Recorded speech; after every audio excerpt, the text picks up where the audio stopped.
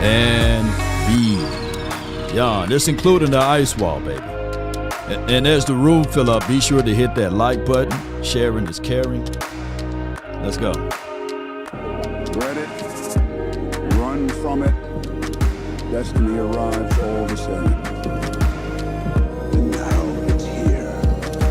Or should I say, I am. 5, 4, 3, 2. Put a 1 in the chat if the audio is straight. Come on, baby. And as the room fill up, be sure, like I said, hit that like button. Sharing is caring. The name is Law Nation.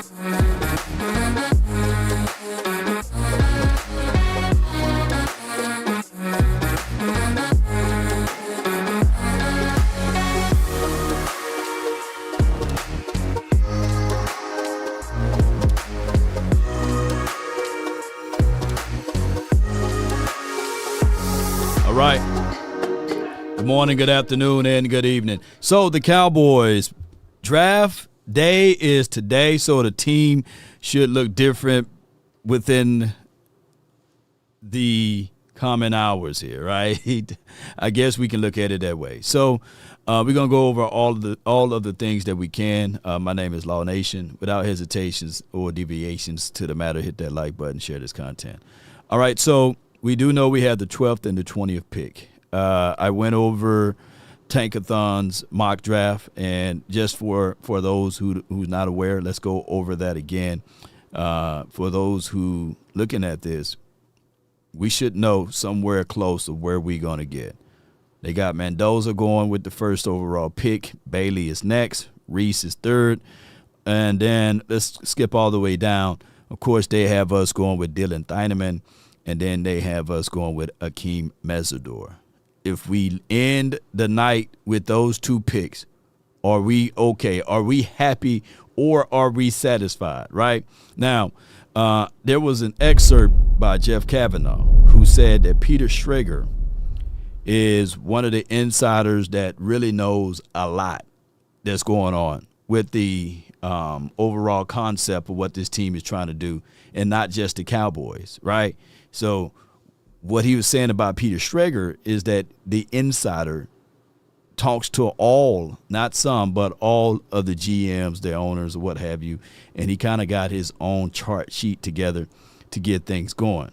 So with that being said, let's listen to what Peter Schrager had to say about the Cowboys and drafting, and we'll compile all of these images and looks together and see what we got. But there is talk right now around the league that the Cowboys might be a team that's either moving back if they feel like they definitely can't get one of those guys, they want to collect more picks, they don't have a second-round pick, or moving up and taking a big swing. I have heard talk that they might be one of the teams that's moving up all the way to 3 if Arvell Reese is on the board and the Cardinals are willing to trade back. So the Cowboys become a really interesting team in this draft. We're more than 24 hours out, but with the 12 and the 20 and the need for defense and a defensive star, I am keeping an eye on Brian Schottenheimer, Stephen Jones, Will McClay, and of course, Mr. Jerry Jones to see how they are taking this draft and approaching it over the next 24 hours. No doubt. So that's one end, right? And then we hear the other end of it, and we'll play that audio in a few. But let's listen. Let's listen to it all the way.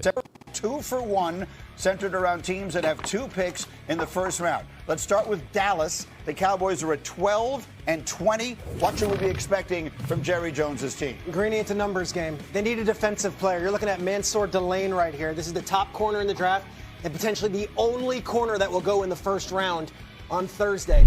Ruben Bain is another player. There's only a few pass rushers with a first-round grade. And you could also talk about Caleb Downs. These are 3 guys the Cowboys might have to trade up from 12 into the top 10 to ensure that they get at least one of these blue-chip players in a draft that is very strange but not loaded with defensive talent. So, process of elimination, right? One of these guys is going to be right. So, when I look at Daniels, Jeremiah's mock draft, let's look at that, what he have over here. Shout out to Daniel, Jeremiah's. And these guys, they talk around to these guys that's in the GM room, the owners or what have you.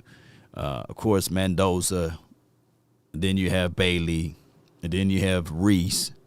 But we go all the way down. Forget all of those other teams. Tyson goes to the Washington team. And then, of course, Carnell Tate goes to the Giants. Let me see who else. Where did they go? And Jeremiah Love goes to the Giants. Okay. But if you look at this is how Caleb Downs falls to us, right? Because Ruben Bain goes to the Miami Dolphins, and then you have Caleb Downs. I would love to see Caleb Downs in a Cowboys uniform, right? And this is Daniel Jeremiah's mock draft. I would say that we're in such of a need for middle of the field play, not just for safety or cornerback, but middle of the field play means everything, right? So if we go with this, I'm still popping champagne bottles, man. I'm talking crunk stuff, man. We're going to be all crazy high over here in a good way if we draft Caleb Downs, right? Appreciate the JV boy. Thank you for jumping in. And then let's fast forward all the way to the 20th pick, and then he got us going with Malachi Lawrence. Straight up. So that's a potential trade down spot, but the Cowboys, they like who they like, and if they go straight up and say, hey, we like Law, let's bring it in, and let's see what we can do from here, then I can't beat them for that, right? You just got to know who you want and where you want to go with. All right, so let's look at CBS's mock draft, and I don't know who's written. Okay, this is Jacob mock draft, and they got us going with the 12th pick of the NFL draft. It will be Mansour Delane, right? So I'm seeing multitudes of Mansour Delane, and I'm not going to get mad at Mansour Delane because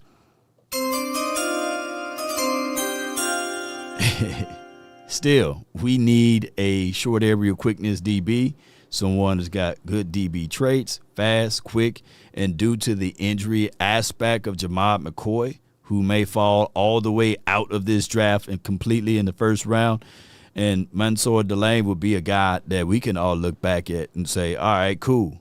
Now we know for sure we can build upon this, because even on this next level, and you want to move him inside, you can do that, right?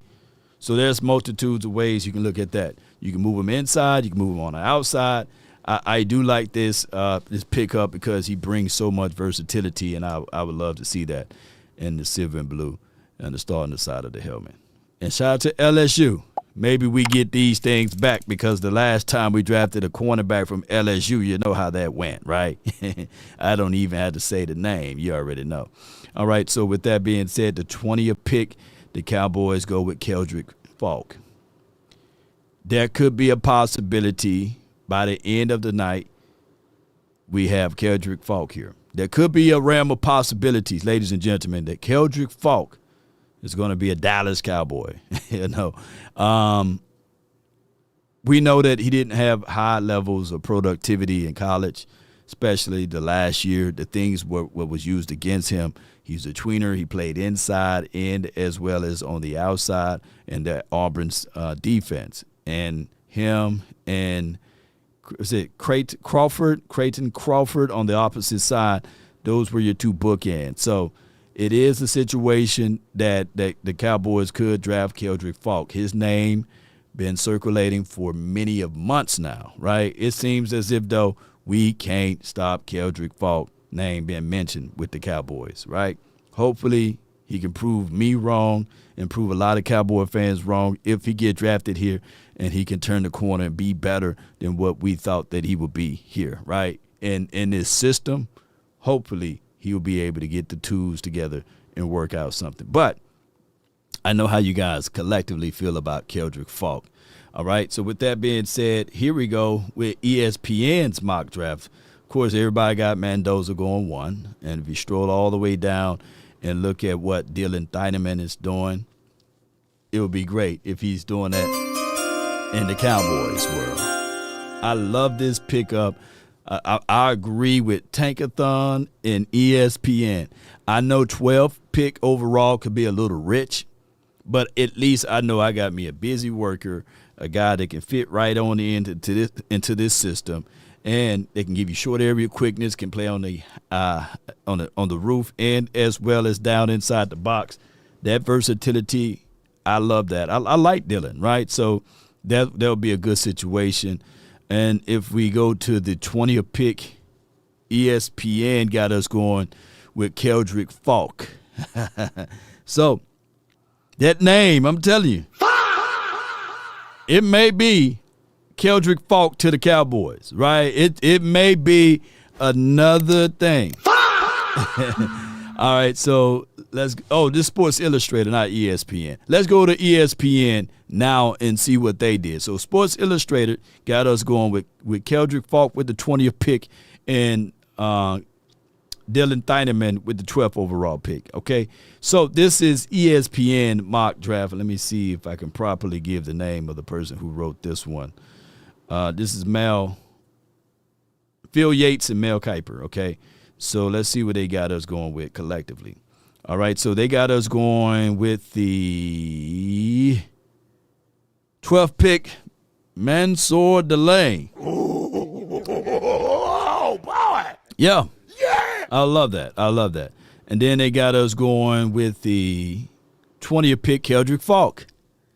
Jeez. I'm telling you, group thinking is a real thing, man.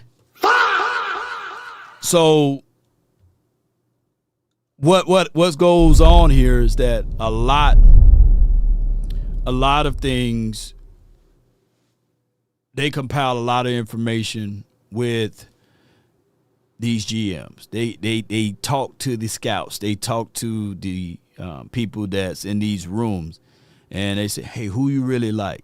Who you really have focal points on or high grades on? And in a roundabout way, they craft up these type of mock drafts in that roundabout way. So I don't know who's the most accurate person that pretty much do these type of mock drafts, but they said that Peter Strager is really accurate. So we'll find out, man.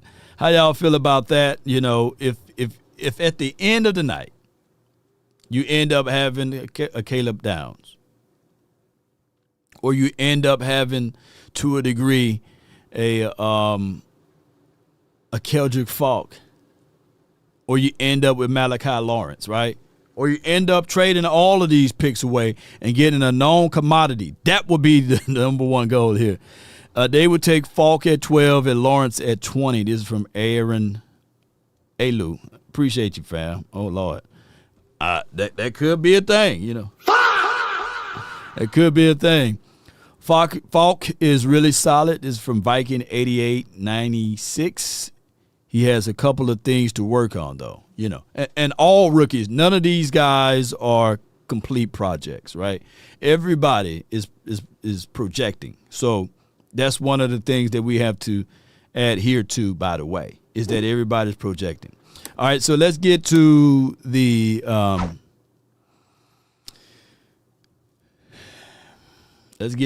conversational piece about my guy. And I'm talking about conversational pieces about what was talked about yesterday and what was really at stake or at play with George Pickens.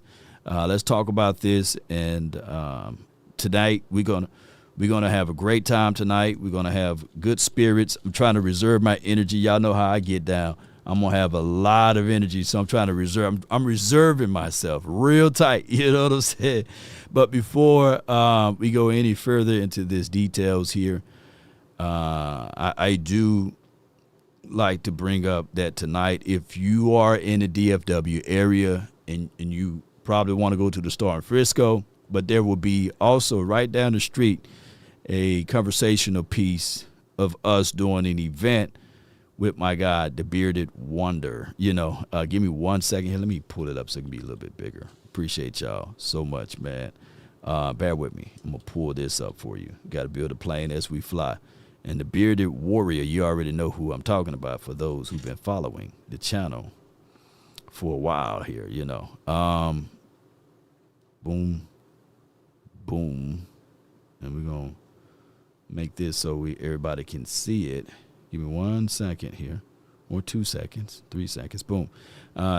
Tonight's event will be with Travis Frederick, Tyrone Crawford, and as well as Patrick Creighton. They's going to be in the building tonight. We're going to have a few other special guests that's going to appear. Slightly Biased going to be shooting up the Conversational Piece live, and as well as when we talking about draft, it's going to be me, KT, Barry Church, and the Machine. We're going to be at Haymaker Studio. So y'all be sure to check in tonight and come on up, pull on up to Rollertown and meet Travis Frederick, see if you can outdrink him on beer, and see what you can ask Patrick Creighton about, a whole bunch of other stuff. So let's see what we can do to get things moving and grooving. The Shannon Sharp soundbite is funny. Yes, indeed, Saps. I appreciate you on that, man. No doubt, man. But let's get to some of this other conversation about what Jerry and them said just the other day. And let's listen to it. You be right now that GP is going to play this season? Seems like they're coming in awful strong. This is David Mulligetta you're negotiating with. You think he's going to let you come in that strong? What the Cowboys are saying is, well, you're asking for way too much. We have nothing more to discuss for the next 5 months, really. You know, we'll just see you at training camp and we'll play football because there's no way in HE double hockey sticks you're getting a long-term contract with what you're asking for. So I right now I am less sure than Pickens is going to play in 2026 than I've been at any point in this process. How we doing tonight? Wow, coming out of the gates, baby. All right, so two things I want to bring up. One being that we all like George Pickens. The second thing being is that George Pickens' agent normally don't allow his players to play under the franchise tag. Now, it's still up to the player. Now, we can all read the tea leaves and all of this stuff. The Cowboys say one thing, the agent is scratching his head thinking another, right? Because there's no deal that's signed right now, right? So that's where we are at with this George Pickens. We got a super chat. Appreciate you so much, At Chris. Christopher Frazier, $4,689.10. La, you think the boys shake up the draft and get a WR at 12? I think so. DC4L. I think so, Chris. I really think so. That's the only way. That's the only way that we can get things moving. Far as the conversational piece, this is art of war. This is, I'm not finna show no weak signs. I'm not finna retreat. Deadline makes deals, right? So whatever offer that's on the table now, it gets sweeter. It gets sweeter when you have another bullet in the chamber. And Jordan Tyson's name been linked to the Cowboys. Keep in mind, they wanted to bring him in for an interview, and he was too booked. So they love the demand. If he got that, it's always been supply and demand. So they sent their people out to his training day or whatever, you know. So it's one of those things that we have to all look back at and say, okay, that is a realm of possibility that the Cowboys use the leverage of drafting a wide receiver to pretty much win this negotiation phase with George Pickens. Yeah, I mean, it definitely clubbed us all over the head, did it not? I mean, just being that transparent and blunt with the idea of, no, we're not even really keeping our options open here. We know we have George for the year. We don't really like dealing with his agent. Everybody in the league is telling you they would like to see George Pickens do it again before they risk a long-term deal with him. So we're the same way. Let's go. And I think Walchuk makes a great point, though, when it comes to the lack of leverage that he has. Because it's you've had teams have had all offseason now to put in offers, put in feelers, see what the deal is. How can we pry away George Pickens? Hadn't happened. It's just the price too steep. If you didn't put the tender tag on him, maybe.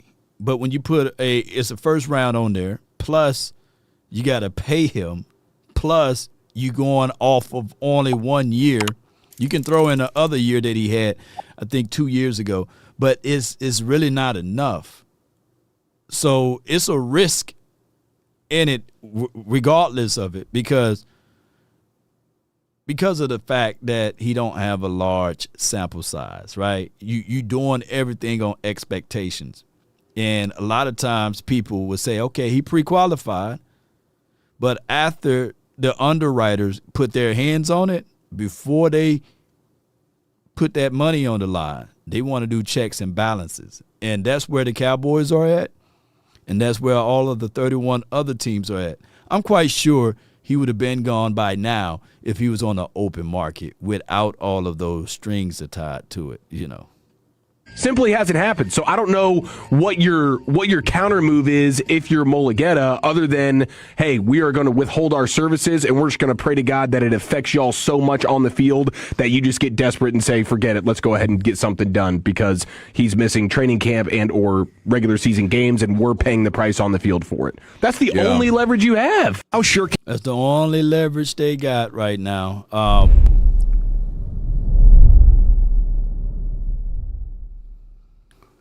How y'all feeling? Yes, indeed. How y'all feeling? Toxic Tom says take the BPA approach. If that's a wide receiver at 12, don't take the player who is worse at a prospect. Yeah, we all saying take the BPA approach. Yeah, we are. We all saying that. And I agree 1,000,000%. But remember, we are an emotional team. So hopefully we get our emotions in check, right? Hopefully we can do that.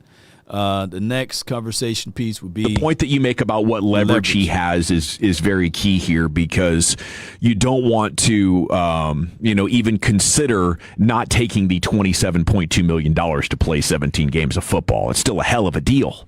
Yeah, and especially for a guy that hasn't been making that much money. Yeah. I mean, there's no benefit in not playing. I mean, you could sit out 10 weeks. And then you need to come out and play. Yeah, that's what I was kind of worried about. Are you worried about him? Absolutely. That's the accredited season. That's why I put 10 not week playing out there. 10 games. That's the thing I would worry about. But I feel so like he that's could miss 10.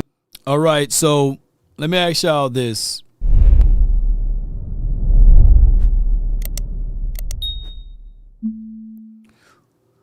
Who was at fault? Who's a big follower of Snowfall? Who's a big follower of Snowfall, the series that came out many a moons ago, based off of a true story?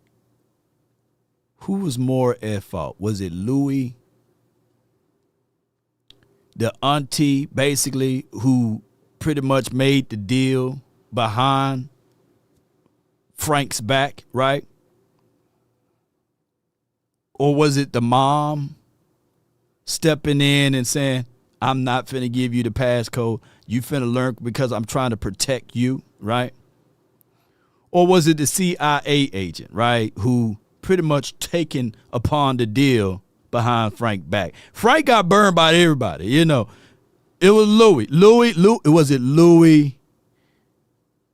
It was all Louis. Like she was the person that you trusted the most was the one that stepped in and got in the way.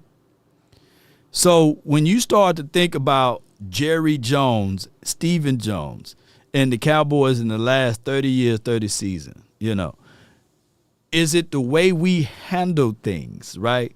It's always the family members. Those who are closer to you tend to hurt you the most, right?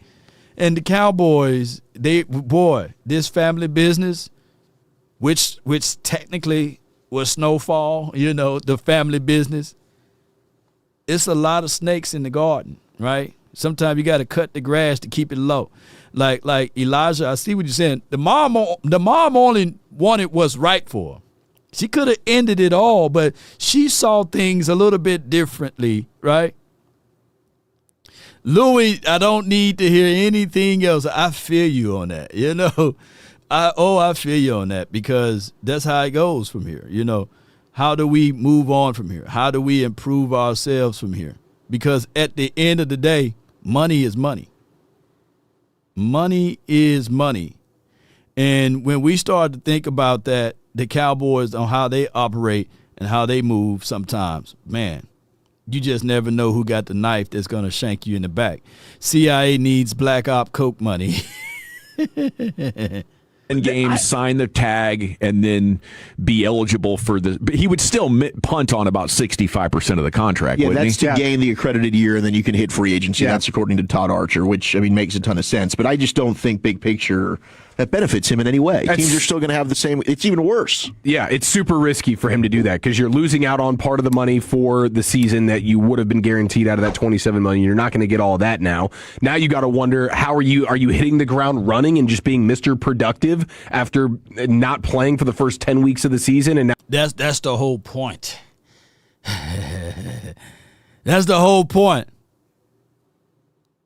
Like, I want GP here. Don't get it twisted.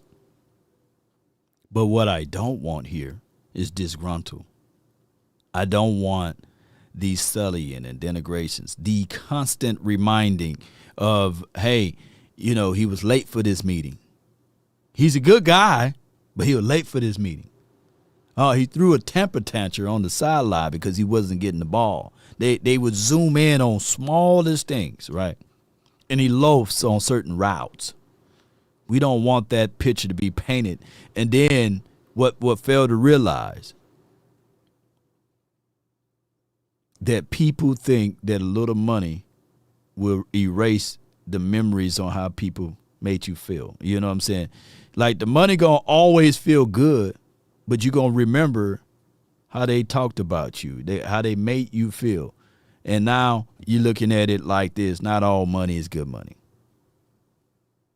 There's people right now on jobs that made $120,000 a year, but had better times and everything and more money when they was making only $50K a year. Less stress, less work output, and these sorts of things. Sometimes all money ain't good money. In the GOV, there's a lot of people that grade chase, right? They go from a GS5 to a 7, right? But that GS7 position probably was a whole lot better than them climbing up the ranks and getting the GS9 position. There are people who finally get into the GS9 position, and they're fighting. They are doing anything and everything to be at work on time, to fight for their role, and a position comes about, and now all of a sudden they would cut their nose off to spite their face. When at that GS9, you didn't have to check in unsupervised. You're getting a boatload of money, unlimited overtime. You're doing your own time cards or sheets or what have you. But now when you move up to 11 or 12, there's more responsibilities, less time that you can have personal usage for. And now you chasing the bag, and all of a sudden you found yourself in a miserable position. Now, these are things that's real. So $27 million sounds great to us common folks.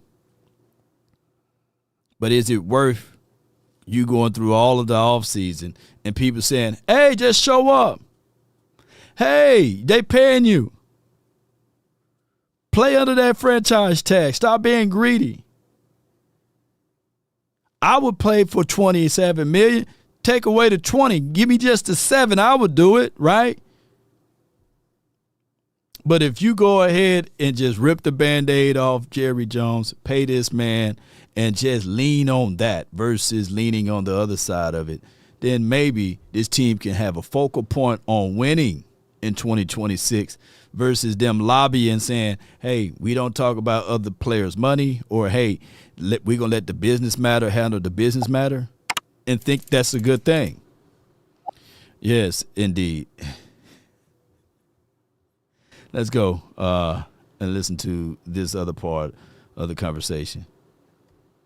This is their MO, though. They're not going to be made to feel like they're being pressured into giving him a contract. If Mulugeta and Pickens want to take the approach of, hey, we may not sign this, I don't know if we're going to play. We may not show up to anything. We may show up week 8. They're not going to acquiesce to that. They're going to be like, okay, go ahead, do it. We will not be told when we're going to sign you. That's the reality. And I think it's the wrong decision to make. I mean, I think that you're looking at it, and this is a guy who, in the only year he had a quarterback, he went out and he dominated the NFL. The only year he had a quarterback. Yeah. Is there some stuff that you don't like about his independence? Yeah, sometimes you got to take that risk, man.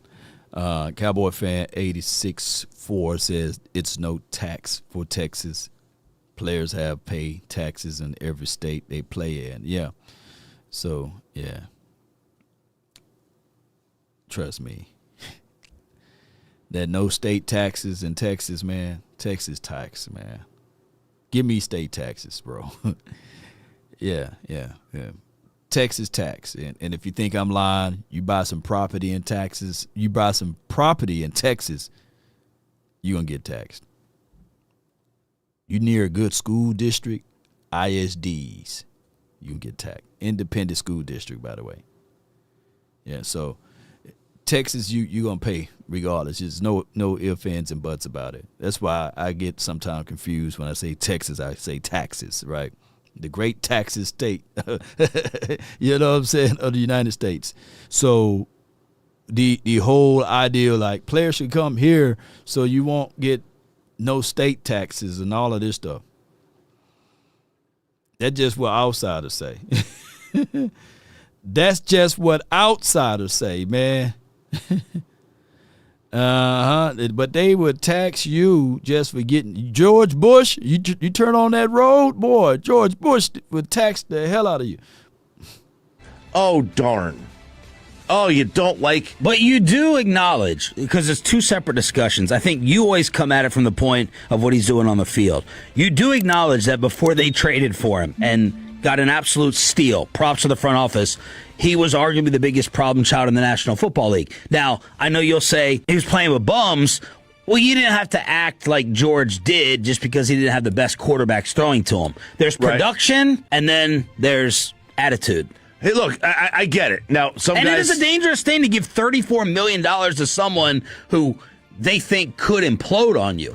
That is dangerous. I have no doubt you sit there. Oh, I love the way Toxic Tom said this. And I think this should be categorized as a study. The pay scale isn't about who's best. It's about who's next. Let me say this again. The pay scale is not about who's best. It's about who's next. I was reading some article that over the course of the years, what's his name? Kirk, the guy that's been everywhere. Kirk Cousins. No quarterback in the last 15 years made more money than Kirk Cousins. The pay scale is not about who's best, it's about who's next. And Kirk Cousins been killing the market. Guarantees money. 11 consecutive years of guaranteed money. Kirk Cousins should be in the Hall of Fame as far as contracting. You know, hey, it is for what it is. Kirk Cousins. So it's all about how you enter the market, how you negotiate those type of things. And there will always be a team to reset the market because they're trying to get that money out, right? And unfortunately, people tend to look at productivity and the win-to-loss ratios on how you determine to get paid. Nope. It's about who's next. It is for what it is. Let's go to this right here. What's really interesting about this, though, it appears and seems like the Dallas Cowboys front office is not listening to their locker room. Right. Because if you listen to the locker room, CeeDee Lamb is best friends with him. Dak Prescott could not vouch for him more. Brian Schottenheimer over and over and over again. This guy loves football. So your head coach, your quarterback, and another superstar on your team have been front and center, at least in the media, saying he is the man. We absolutely love him. And again, from afar, I'm saying I'd like to see it one more time before $30+ million a year and you're committing all those resources. But we do, in a second, have to take into account chemistry, putting another black cloud over a Dak window season, jeopardizing that from within. But it appears like they're not taking the word of their most important people inside the locker room. Ego, man, edging God out. Cowboys got that. I'm not beating up the Cowboys, and we definitely not pressing the panic button here. But we are talking about a conversational piece that this is a known pattern. They don't listen to what we have to say, you know.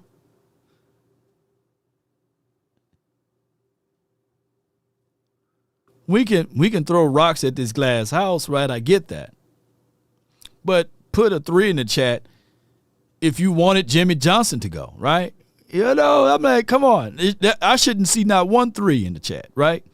It should be zeros. But put a 1 in the chat if you wanted Jimmy Johnson to still be here. The front office wanted Jimmy Johnson to be gone. Well, not just the front office, by the way. Jerry Jones. So when we talking about listen to what players got to say, they sitting here like, man, come on, man. None of us banged the table for Dave Campo. None of us was like, hey, Dave Campo, DB coach, claimed to fame that he coached Deion Sanders in '95, right? Let's transition him over to being a head coach. And no shade at Dave Campo, because I truly believe Dave Campo is a real good, genuine guy, knows his football, a very wholesome guy. You when you meet him, you feel like you're talking to your uncle in them, right? Got good mindset. We all was on the favor side of Bill Parcells, being stern, being hard on these players, being rough with these guys. When they got rid of Bill Parcells, allegedly, he said, man, I'm walking away. But they got rid of him, right? We know the storyline. The following year, they brought in Wade Phillips, and they renamed the camp to Camp Cupcake, right? Because those who witnessed what Bill Parcells put them through was like, hey, Parcells, man, shoot, he ran us like it was a concentration camp. You know, I'm trying to not to say the other word, right? Probably should have said the other word, right? Jerry wasn't listening to them then. So Jerry's not listening to us now. Yes, it would have been great for us to keep Amari Cooper. Not trade him away for Matt said with me. Well, let's go. Let the AI. At just training $4,702.10. And if you listened, Steven and Jerry still salty about paying Doc. He mentioned Doc as the highest paid in his comment when addressing the GP situation. That is a great speculation. And you might be right on the money with it. Jeez. Yeah, that's great with it, man. Boy, you right with it. Look, there's people literally still think that Dak Prescott is the issue.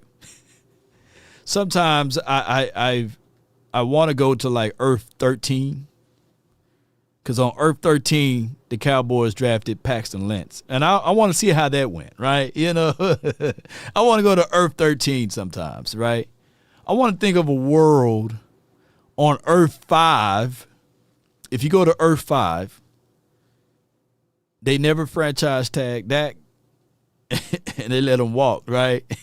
I wonder how we would have looked with Ben Anthony DiNucci, or when people pretty much was all out on Dak. And I will never forget when Andy Dalton got here. They said, finally, we got a quarterback that can read the defense, right? Somebody saying in the comment, we got a quarterback that can read and write, right?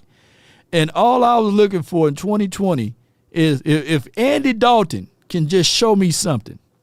And I never saw it, right? We never saw it. I'll never forget Trey Lance, Joe Milton. All of these understudies supposed to take over in somehow, some shape, form, or fashion. We don't get a chance to see it, right? And this is what we've been dealing with for the last 10 years. 10 years. And what we're banking on now is hopefully the Cowboys understand that with this quarterback, he may not be the gunslinger that you want. He may not be the purest pocket passer. But damn it, that's your guy. That's your quarterback. Instead of fighting against him, you should have fight and continue to fight for him, right? But it's always those disbeliefs of Dak Prescott. And they say, well, they got to believe on him because they paid him. No, those are two different things, right? If you believe it in Dak Prescott, you wouldn't have made him go through those hard terrains and all of that crazy stuff that you allowed to happen throughout this process. You'd have been able to put water on this fire before it festers. But it is for what it is, Cowboys Nation. So that's why I said this year, 2026, I'm not debating anybody. If someone believes that Mike White is better than Dak Prescott, let them believe, right?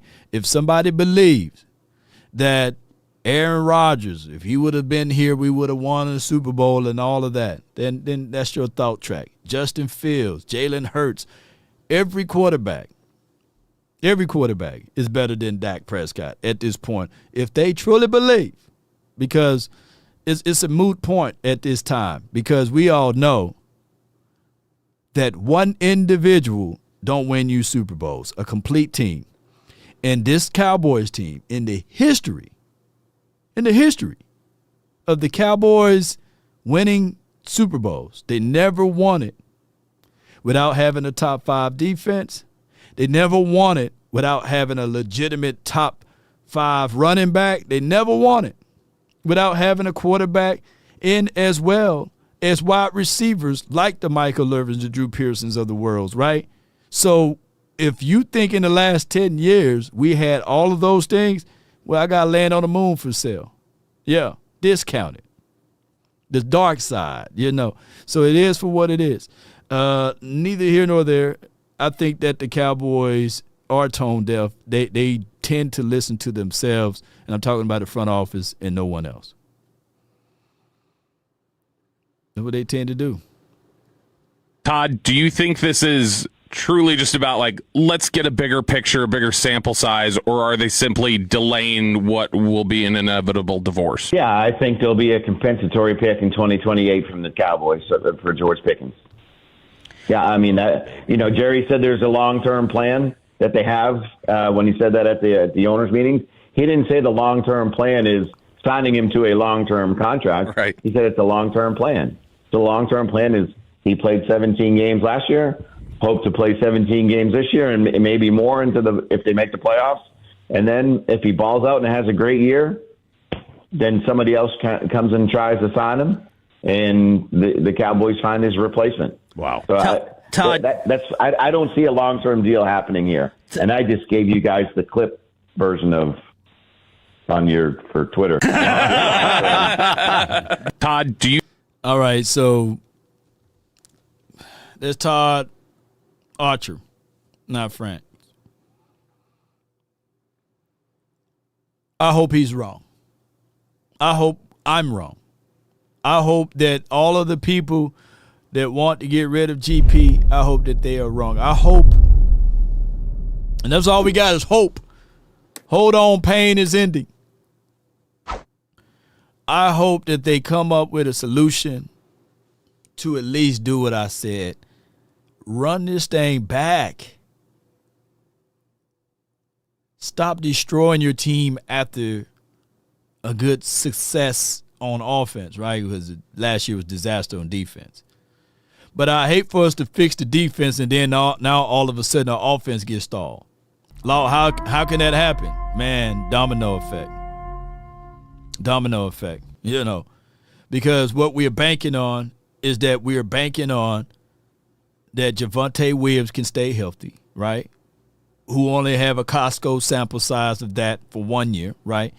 And we're banking on that the feelings for GP will all be okay after he put up the kind of caliber of season he did last year, and that we hope that he come into this building humble and dialed and say, Jerry, I would take your $28 million and I will play under that 1 year to prove myself again that I'm worthy of a long-term deal. We are hoping on that. DP states, I stand by this. Jerry has never endorsed Dak and the quarterback of this team ever since he got the job and Romo got hurt. He always sneak disses him. And this is from DP.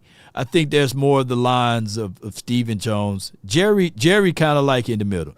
Jerry got pissed off at Dak Prescott, I believe in 2018-19, whenever he had that deal with Todd France, and they had like a handshake type of deal, and he says, no, the price just went up after that first 3 games or something. I think that's when he got really angry at Dak Prescott.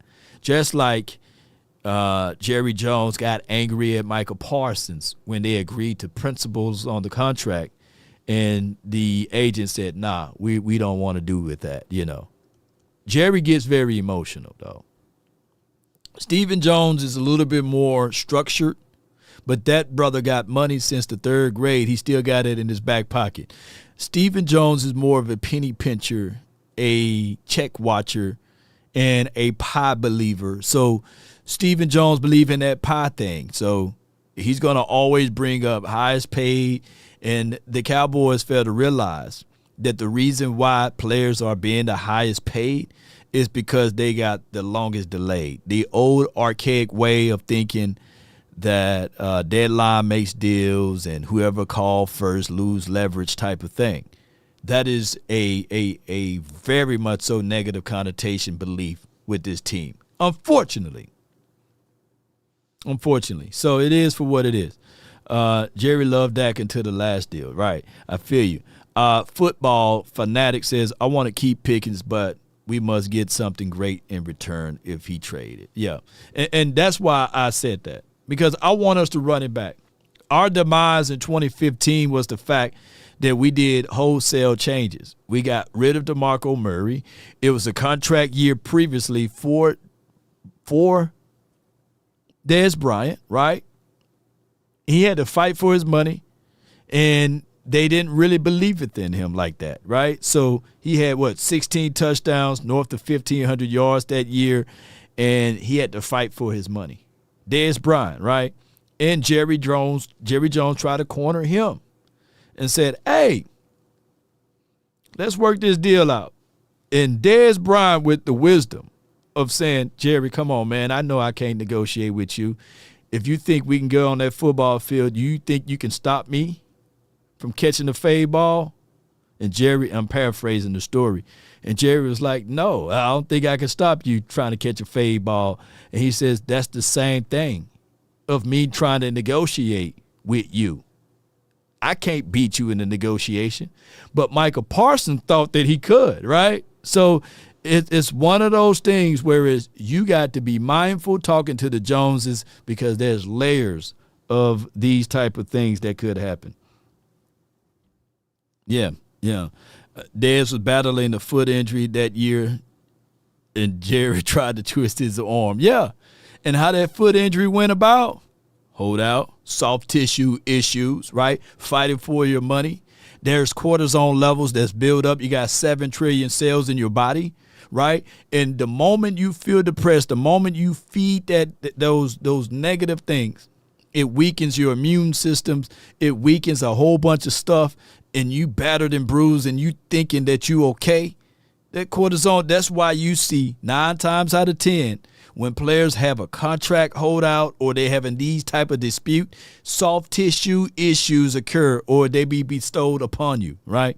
We talked about Dak Prescott and his shoulder, right? Meat falling off the bone. And we talked about CeeDee Lamb, his back and his hips and all of that stuff when they was fighting for contracts. We was talking about even Zach Martin had his back issues. When you start fighting for your money, because Zach Martin did a soft hold in, you get these type of freak incidents and accidents that's happening because of the cortisone level. I'm thinking on that type of level, ladies and gentlemen. Tagging GP twice would be awesome. We get 3 years and don't have to spend more. This is from Ghostface Gaming. Let me just say this again about tagging. I think that the concept of franchise tagging, I like the concept, but I don't like the results of it. The results of it punish the team to this degree. And it's 11:29. Appreciate everybody for jumping in. The results of the franchise tag is the fact that you can't prorate the money, you can't spread it, you can't hand it around, and you can't split that bill. So just like Toxic Tom said, all what he's been saying. Let me see if Toxic Tom, you had to dip out yesterday, but I want to give you your flowers on the David Cantor's pretty much echoed the same thing that you've been saying here on this channel for years. I don't know if I can find that excerpt real quickly, but I'm gonna just give you your flowers, bro. You was right on the money with all of that, especially talking about. Let me see if I might can pull it up. This quick excerpt. Bear with me, ladies and gentlemen. If I can, that'll be dope if I can pull this up. It'll be dope if I can pull this up on the fly. Appreciate all of y'all. Appreciation. Boom, boom, boom, boom. I can't find it, boy. If I were able to find it real quickly, I'd be able to pull it up for you. But hold on, I got it right here. Boom. Look at that. Look at it. Here it is. This is for Toxic Tom, y'all. This is for Toxic The Tom. agent for DeMarcus Lawrence, David Cantor, here on Sean and RJ on the Diamond Factory hotline. Is the salary cap real? No, not at all. No. Why not? No.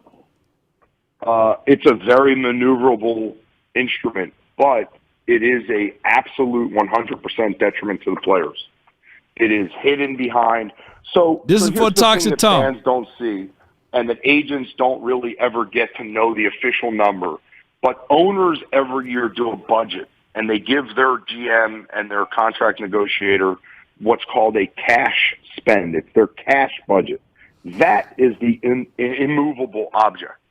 So you're factoring how much cash do we have to spend on our 7, 10, 12 rookies?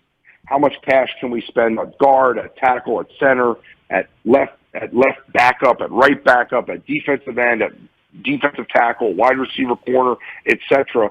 And then your cash budget, which is the actual money that will go out for the 2022 season. There are plenty of owners that pull back. I met with the GM and his entire staff this year in Indianapolis during, our not tampering tamper window. And they were like, listen, we got big problems. They were like, we're going to make a trade for a major position, and they did. They're like removing a player, and our owner came in and slashed our cash budget by 30%. And to be honest with you, the fans never get to see that, because if they did, they might want to ask for the ticket prices to be slashed 30%, right. And they probably realize that the win total likely gets slashed 30%, right? It's really hard to win in this league if you're just pinching pennies. The Bengals are the rare exception, right? All right, so he was talking about that, and then the one-off year that the Bengals made it to the Super Bowl, just paraphrasing. But be sure, if y'all want the fullness of this, click the link down here and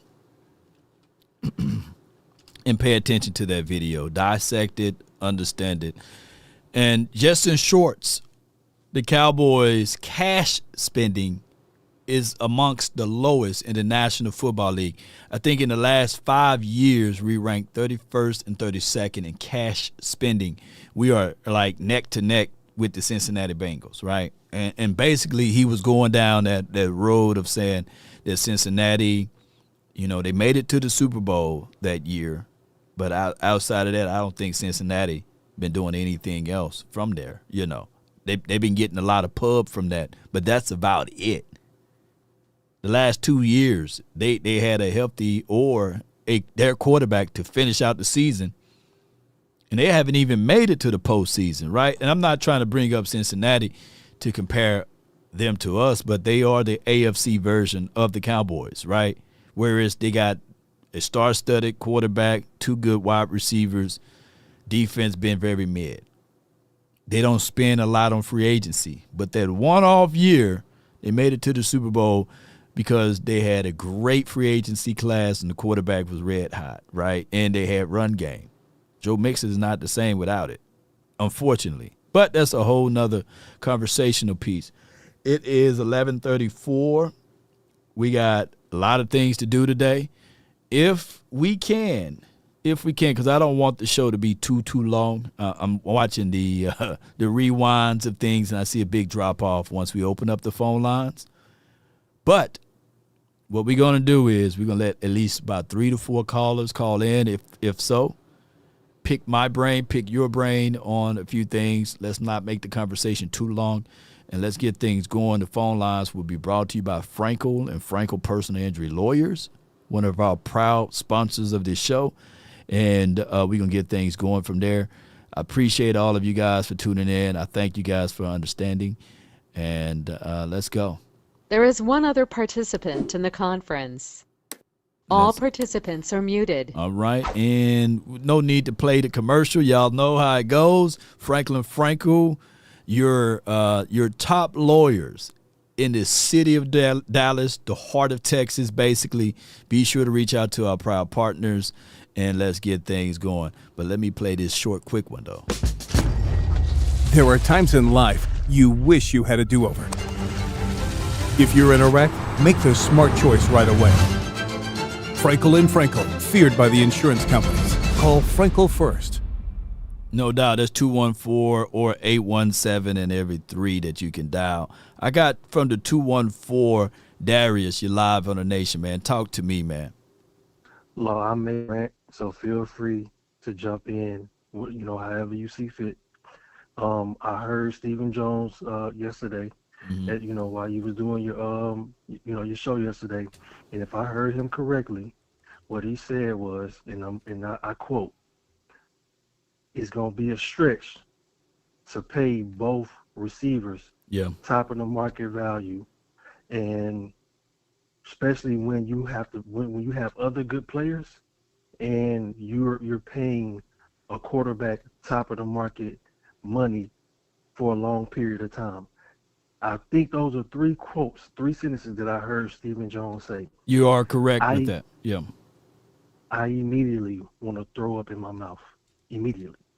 Now, I'm confused because the funny thing about the situation is that if Howie Roseman had CeeDee Lamb, George Pickens, and Dak Prescott all on the same team, he would have found ways to pay all 3 of them and keep them on the same team for multiple years.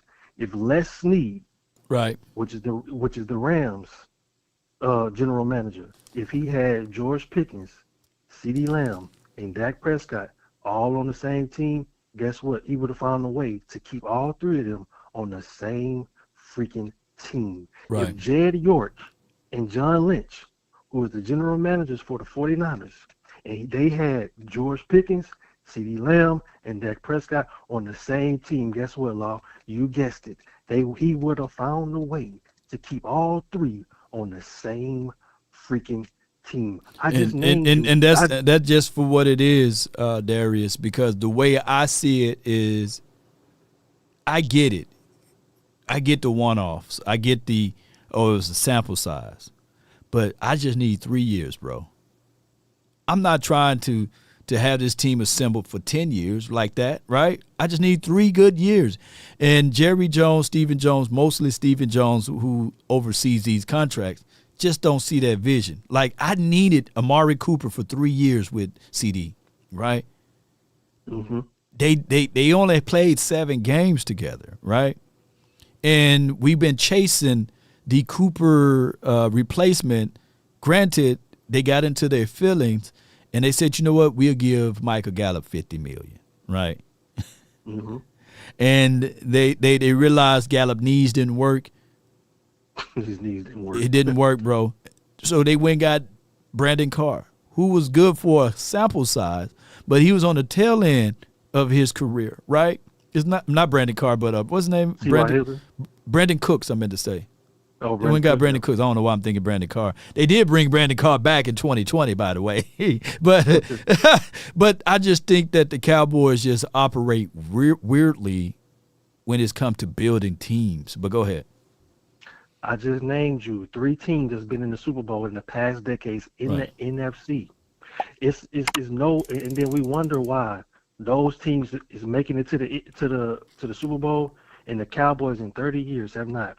Wow, interesting. What a coincidence. Okay, so my other thing is like, okay, so say we do draft Jordan Tyson, right? Right. I'm trying to figure out what's the purpose. Why do that? We got George Pickens so that we can give somebody, give CD a running mate so that we don't have to draft a receiver now. So let me get this straight. If we draft Jordan Tyson and he turns into George Pickens, we're not gonna pay him and CD at the same time. Well, you hold the rights for 5 years, so technically you get a 2-for-1. You got to look at it like you got to look at it from Stephen Jones' perspective. He's looking for cheap labor. They want to get younger, faster, and that's just for what it is. Jordan Tyson, if he can remain healthy, and he got CeeDee Lamb on the opposite side, and you got a quarterback like a Dak Prescott, he can do some good numbers his first year. If he can stay healthy and Lamb stay healthy, just look at what and I know it sounds crazy, but look at what Ted McMillan did last year, right? Mm-hmm. His numbers were not that far off from George Pickens. So they're looking at cheap labor. You got rights for 5 years. You can literally use leverage play with George Pickens to get more and more things back in return with a trade situation. And you don't have to be worried about the fact that you got to pay this man north of $40 million whenever it do come around. And now you got next 2 years, you got Lamb contract re-up, right? They want Lamb to retire Cowboy. They love their 88. So you remember there was a storyline back in the day, I think about 2-3 years ago, my guy Boss showed me, came up with that the Cowboys don't like bastards. Right. Mm-hmm. I remember that. Pickens is a bastard. He's not homegrown. The Cowboys love homegrown players versus the bastards. So that's how it's going to look like, unfortunately. Even that makes 0 sense. If a player makes your team better, you find a way to pay him and keep him on your team so you can win the Super Bowl. That makes zero. So these are my last 2 points.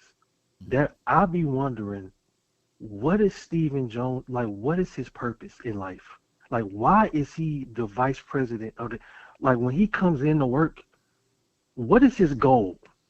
Like, because it don't feel like his goal is our goal.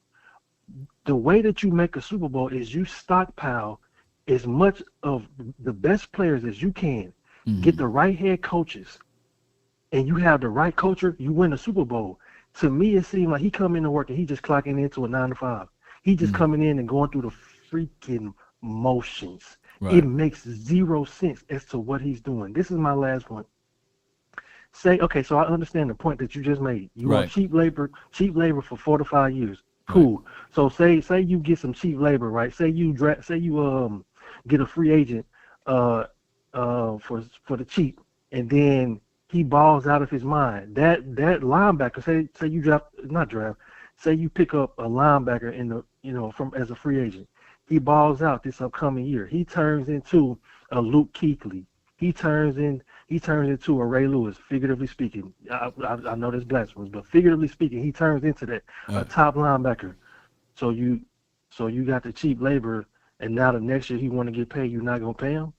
So say your roster is full of cheap labor that turn into ballers. You gonna not pay them? What the fuck is the purpose? Hey, I don't get it. Hey, you have to pay players. Got to. It's in order to freaking win.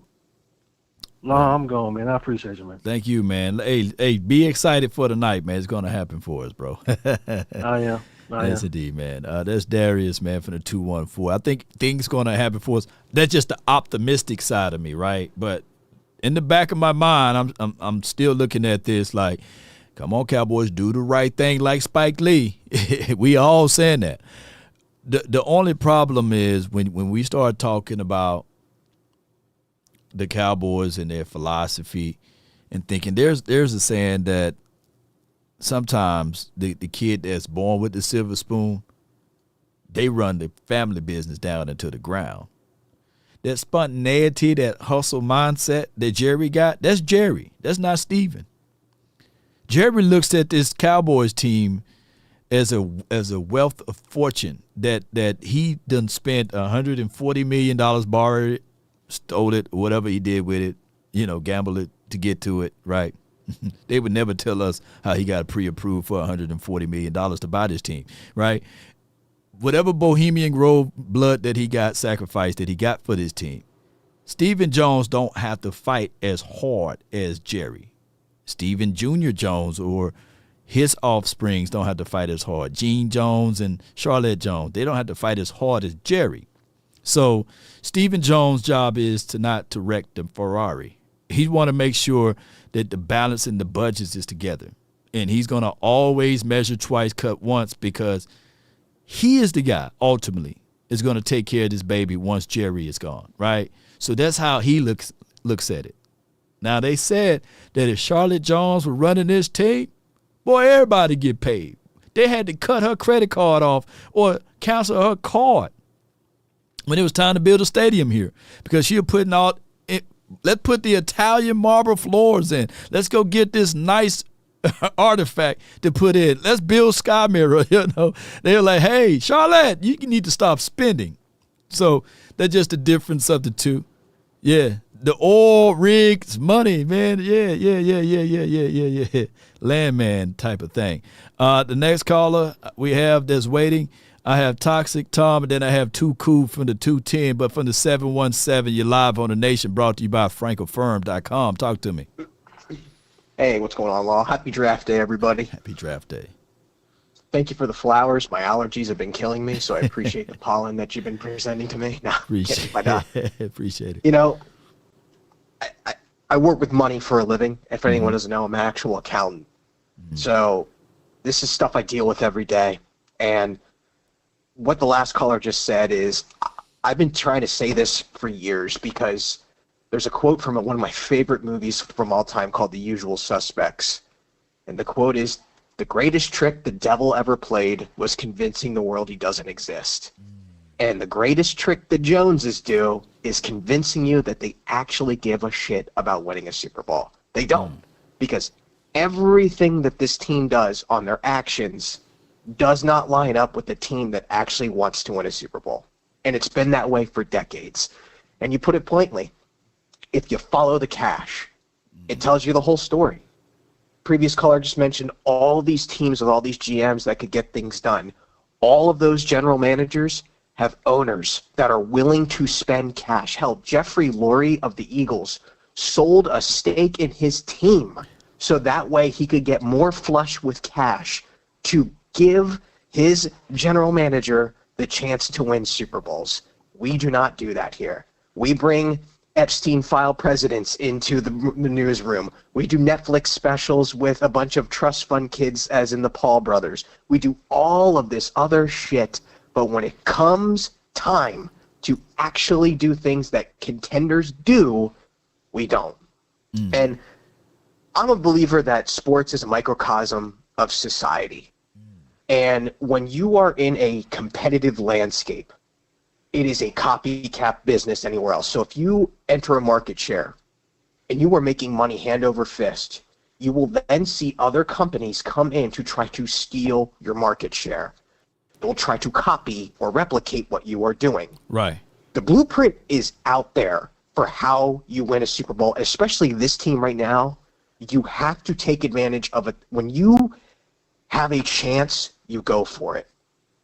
When you are comfortable and you don't want to do anything, as in not what the Rams are doing, not what the Chiefs are doing, you bring in the cheap labor, you bring in the one-year deals, and you sell that hopium that, oh, this time we're gonna bust the budget. We're gonna, what's some other cute sayings they've said over the years? We're gonna all in. You know, it's all this talk, and I get it. It's fans want to believe. I want to believe, but to wrap this up, is you mentioned Snowfall.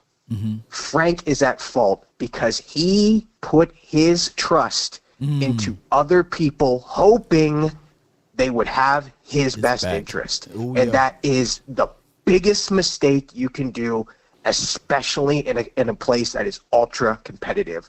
You always got to look out for you, because when shit goes sideways, you will always be the one holding the bag. That's all I got to say. Hope you all have a great day, and hopefully we have a good draft night with Keldrick Falk being picked. Have a good night. Most certainly, man.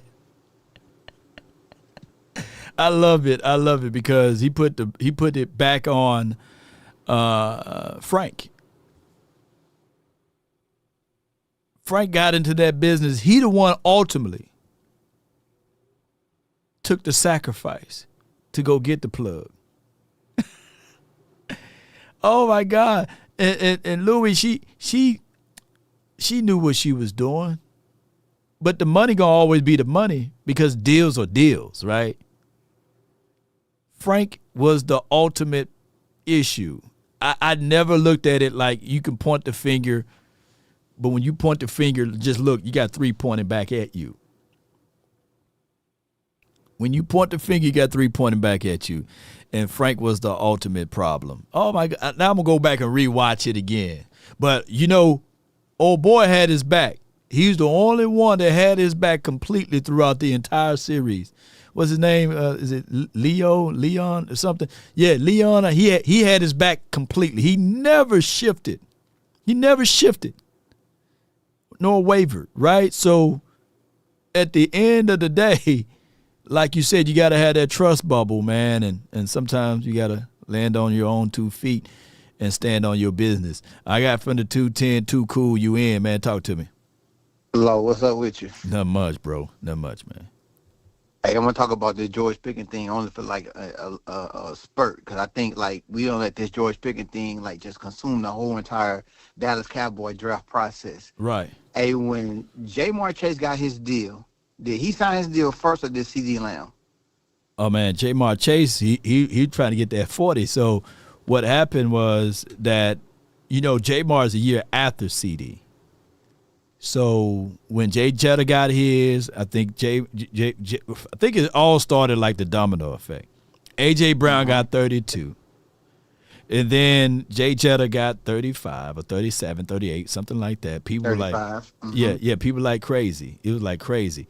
And then we knew that Lamb was going to be anywhere in between AJ and as well as Jay Jetta, right?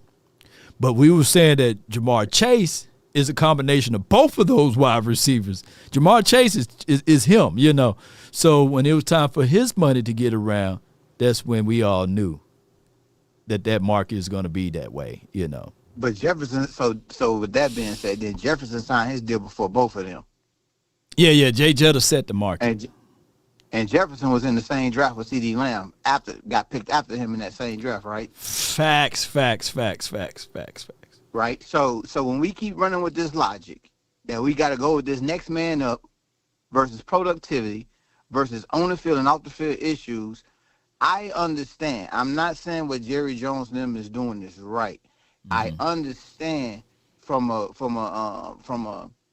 payer perspective on show me one last time that you, because what they're leading with is you're a leader on this team, not just a player on this team. They keep leading with the word leader on this team, right?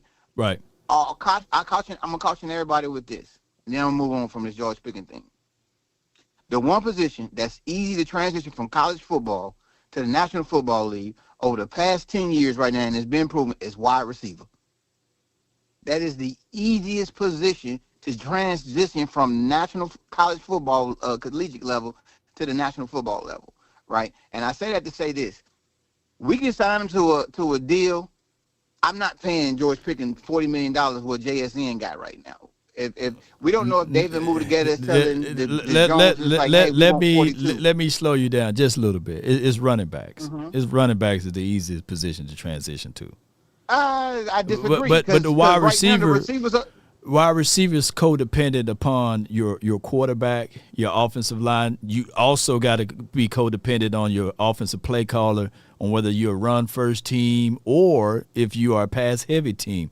And for example, we missing out on some great seasons with Garrett Wilson, right? Because he's in the same boat to a degree, just like George Pickens. If Garrett Wilson was on the Cowboys last year, he would have been put up some phenomenal numbers, right? If he had him a quarterback that can get him the ball, he would have put up phenomenal numbers, is what I'm getting at. And I agree with the explosion of wide receivers, because you can mask wide receivers nowadays because you can put them inside on the outside with two-way goals inside, and then you can manipulate some things. But that comes with creativity. But it's still codependent on the quarterback and the creativity of the coaches. But it's still not running back. You don't have the same amount of running backs going in the first round like you do wide receivers. In the past, yeah, I see what you're saying. Yeah, running backs has been devalued to a degree. Yeah. So everybody want to talk about Howie, right? I'm gonna tell y'all how Howie's smart. Let me cook real quick. Let me tell you how Howie's smart. Howie know right now he can move on from AJ Brown. And Howie don't care about getting a first-round pick this year for A.J. Brown. This deal that they're saying right now is going to be predated right now for June 1st. So that means that the Patriots not giving up a pick this year for A.J. Brown. If the deal gets done, the deal is going to be done around June 1st. But the Eagles will get a next-year pick for A.J. Brown, and they will let A.J. Brown go to the Patriots, right? So for all those that don't know, next year is going to be a heavy offensive draft next year. 6 quarterbacks will probably go in the first round, and almost 10 receivers will go in the first round. You got Jeremiah Smith, Cam Coleman from Texas, Ryan Williams, you got Eric Singleton, you got Mario Craven, you got Ian Strong, you got Nick Marshall, you got Charlie Becker, Dark Horse Ryan Wingo. There's a lot of receivers that's coming out in next year's draft, right? So what I tell people, though, is this. Right now, when it comes to paying receivers, it is kind of like hard to pay 2 receivers on one team north of $35 million only because of the receivers that's coming out of the collegiate level right now. Yeah, so but you're talking about a moving point. Like, so you're saying that because of the fact that you got other wide receivers coming out of the draft, that's your reason to financial reason not to pay George Pickens when you can? No, I'm not. No, I'm not saying that. What I'm saying right now is that I'm not paying George Pickens $40 million. All he's saying right now to me, when he say they cannot afford to pay 2 receivers like that, there's not a 2-receiver duo in the National Football League right now where they both make over $33 million. Well, you just mentioned Jamar Chase and T. Higgins. But T. Higgins don't make $33 million. In principle, I get that, but he's still making a lot of money. You still had Devontae Adams. You talking about what? You talking about only what? $1 to $2 million difference. Yeah, but you got multitude teams. You got like he said. You still have, to a degree. You seen what happened with the Eagles. They've been having that series for at least more than 3 years. It seems like the whole entirety of the career of Jalen Hurts been with A.J. Brown and Smitty, right? Jamar Chase and Higgins been together for a long time. So but we're not talking about the Eagles. The 2 lowest teams right now paying players right now is the Bengals and the Cowboys, correct? And you have to throw in the Eagles. Now look at what the receivers are making for the Bengals, and look at what that quarterback make for the Bengals. Look at what these receivers will make for the Cowboys, and look at what the quarterback is making for the Cowboys. So when you say the lowest spending teams right now, you got 3 positions right now on 2 different teams right now that's taking a bulk of the capital of the money. And they still making more acquisitions. Both of the quarterbacks are making $250 million still, by the way. Hurts is getting paid $250 million, regardless of how you cook it. And then as well as Joe Burrows is making $250 million. So when we start talking about the difference between $3 to $4 million, that's not really hurting the cap. That's not really hurting what the team overall is trying to do. $60 million is not that far different from $55 million, right? But we play that game of APY game, and we play the game of we can't afford. We sitting on $15 million right now.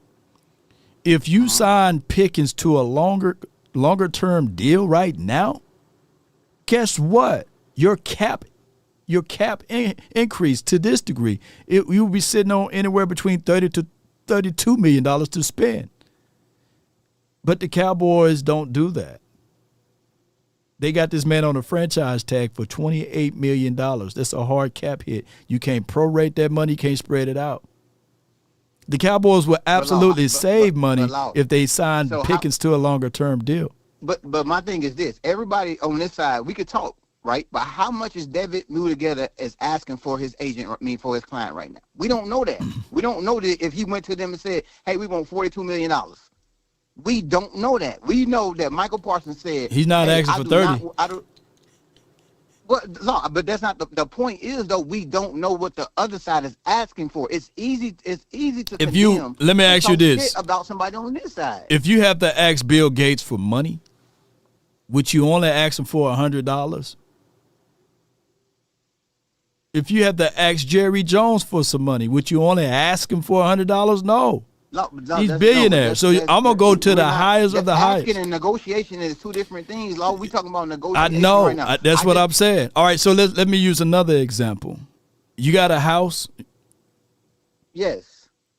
When you went through your process, you had a pre-approval letter, right, of what you can get. Did you start to look at the bottom of that rate, or did you start looking at what you can get pre-approved for? What you can be pre-approved for. Right. So that's exactly what agencies do. They're going to look at, okay, the highest what I'm pre-approved for is $40 million. That's where I'm going to look for my client to be at. I'm not finna start shopping him in the hood and try to look for him in the low end areas where the school district is poor or where the crime rate is high. I'm trying to get him in a nice community. I'm trying to get him where he can grow and be comfortable. Okay, but now, having that buy my first house and my second house, and now I'm working on my third house, I know what I was pre-approved for. I know how I was living in those type of neighborhoods. I know how I feel to pay a mortgage based off this type of percentage that they gave me and all of that, right? So now, before I even call a realtor, before I even call somebody to do this next loan, I know kind of in my ballpark where I want to be. So when I go to the negotiation table and I say, you know what, my floor is $700,000, but my height is $1.2 million, I already know what my floor is, and I already know what my high end is. Right. And what David Mulligeta is doing, say, I'm gonna drive you around the high end, with all of the amenities, man, where you got a gym right next to you, got the crime rate low, you got the good school district. So that's what he's doing. What I'm saying though is this. I feel that as fans and as the media, sometimes we pay too much attention to what the Cowboys are doing, and then for example, like I started with, we have taken so much awareness from the draft because we're worried about what the Cowboys are doing with George Pickens versus just letting it play out. We're not allowing it to play out. You know why we can't allow it to play out? Because the Cowboys are talking. We're not hearing the Jets owner and his son talk right now. We're not hearing from the Seattle Seahawks, who just won the Super Bowl, by the way, talking about what they're going to do and their intentions as far as the plan of the draft. We don't even know what their owner sound like, look like, right? So that's just come with the territory. We talking about it because the Cowboys created that lane space to talk about it and give us all of this ammunition. So the more you talk, the more of the things that we can poke holes at. We don't know what the 49ers are thinking right now because they got hushed lips. You know what I'm saying? So that's why we are in this conversational piece, because the Jones family talk too wise, right? They talk too much, and that's just for what it is. What else you have for the show, man, before I let the next caller on? Hey, what you think we're doing in the draft tonight? Oh, man, I'm hoping that we get Caleb Downs with the 12th pick. We don't have to move up to get him. Hopefully, I'm thinking that. Or it could be Thieneman to a degree, or Mansour Delane with the 12th pick. That's what I'm hoping for, is that we get some defensive guys like that can help to propel this team to greater situations. How would you feel they move up for Love, Jeremiah Love? I think that if you draft Jeremiah Love, that shoots and kills two birds with one stone.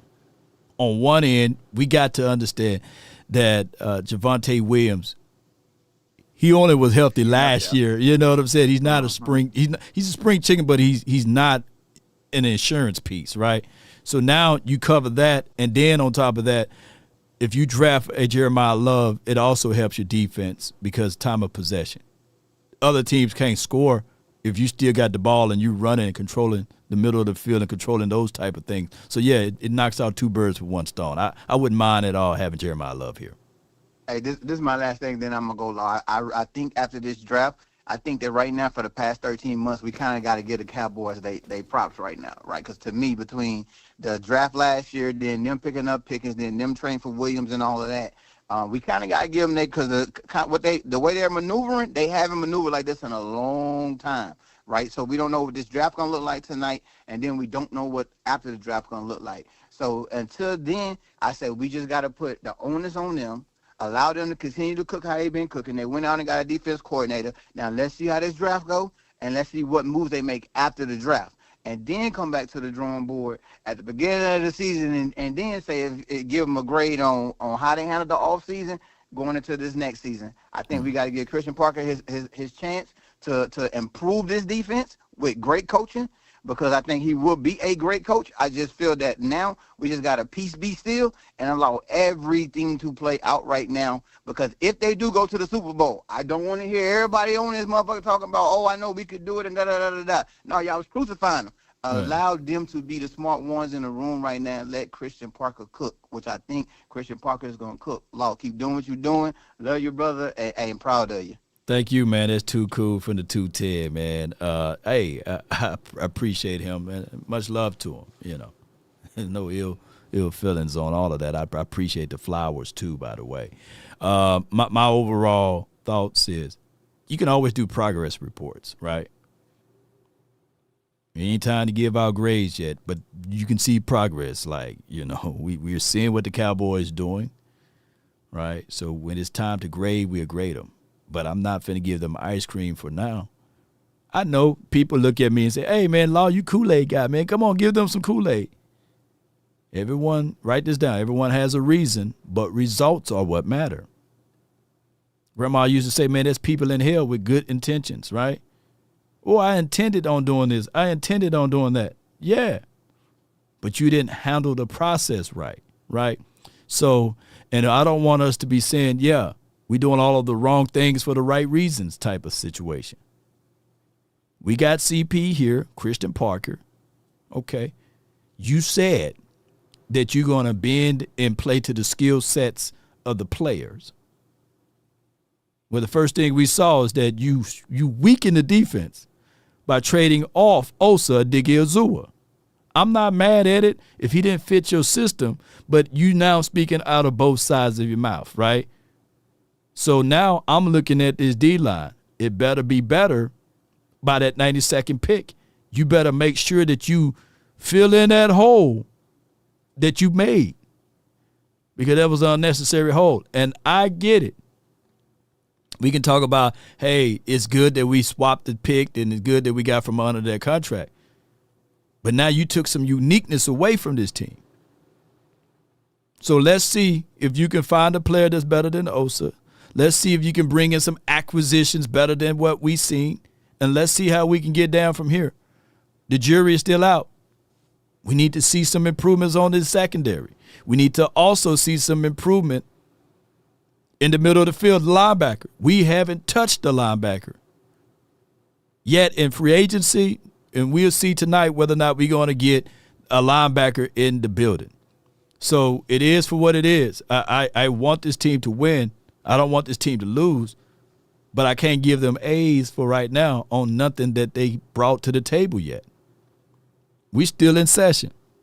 I got Jimmy, man, from the 781. The Greek, you're live on the Nation, brought to you by Frenkel Firm, my man. brother. What's good with you? Happy draft day. What's up, Law? It's been a little minute here since we talked, my brother, but I hope you're doing well. And like I always say, the best in the business is Law Nation. And I don't give a shit what anyone says.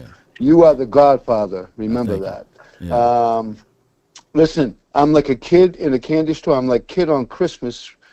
I love the NFL draft. I absolutely love the NFL draft. I told my wife I'm going to go get some pizza today. I'm going to make it a big event tonight, man. Yeah. And I'm telling you right now, I think the Cowboys are going to make some moves tonight. Yeah. I have a feeling they're going to move up. If a defensive player that they really like is within striking distance, they will move up, and they will go get him. If not, they're going to stay pat at 12, and hopefully a decent player lands there. And then at the number 20, that's the pick they're going to move up from and maybe get Seaman or whoever. Right. But there's going to be a lot of fireworks tonight. The whole George Pickens thing, listen, this could be a whole smoke screen by the Joneses. Mm-hmm. You know what I mean? They love publicity. They love getting the Cowboys in the limelight. They got friggin' President Clinton joining the press conference. Come on, Law. You know what I mean? So we can't buy everything that they say. And like you said, other teams don't talk. They talk, so you know what's going on.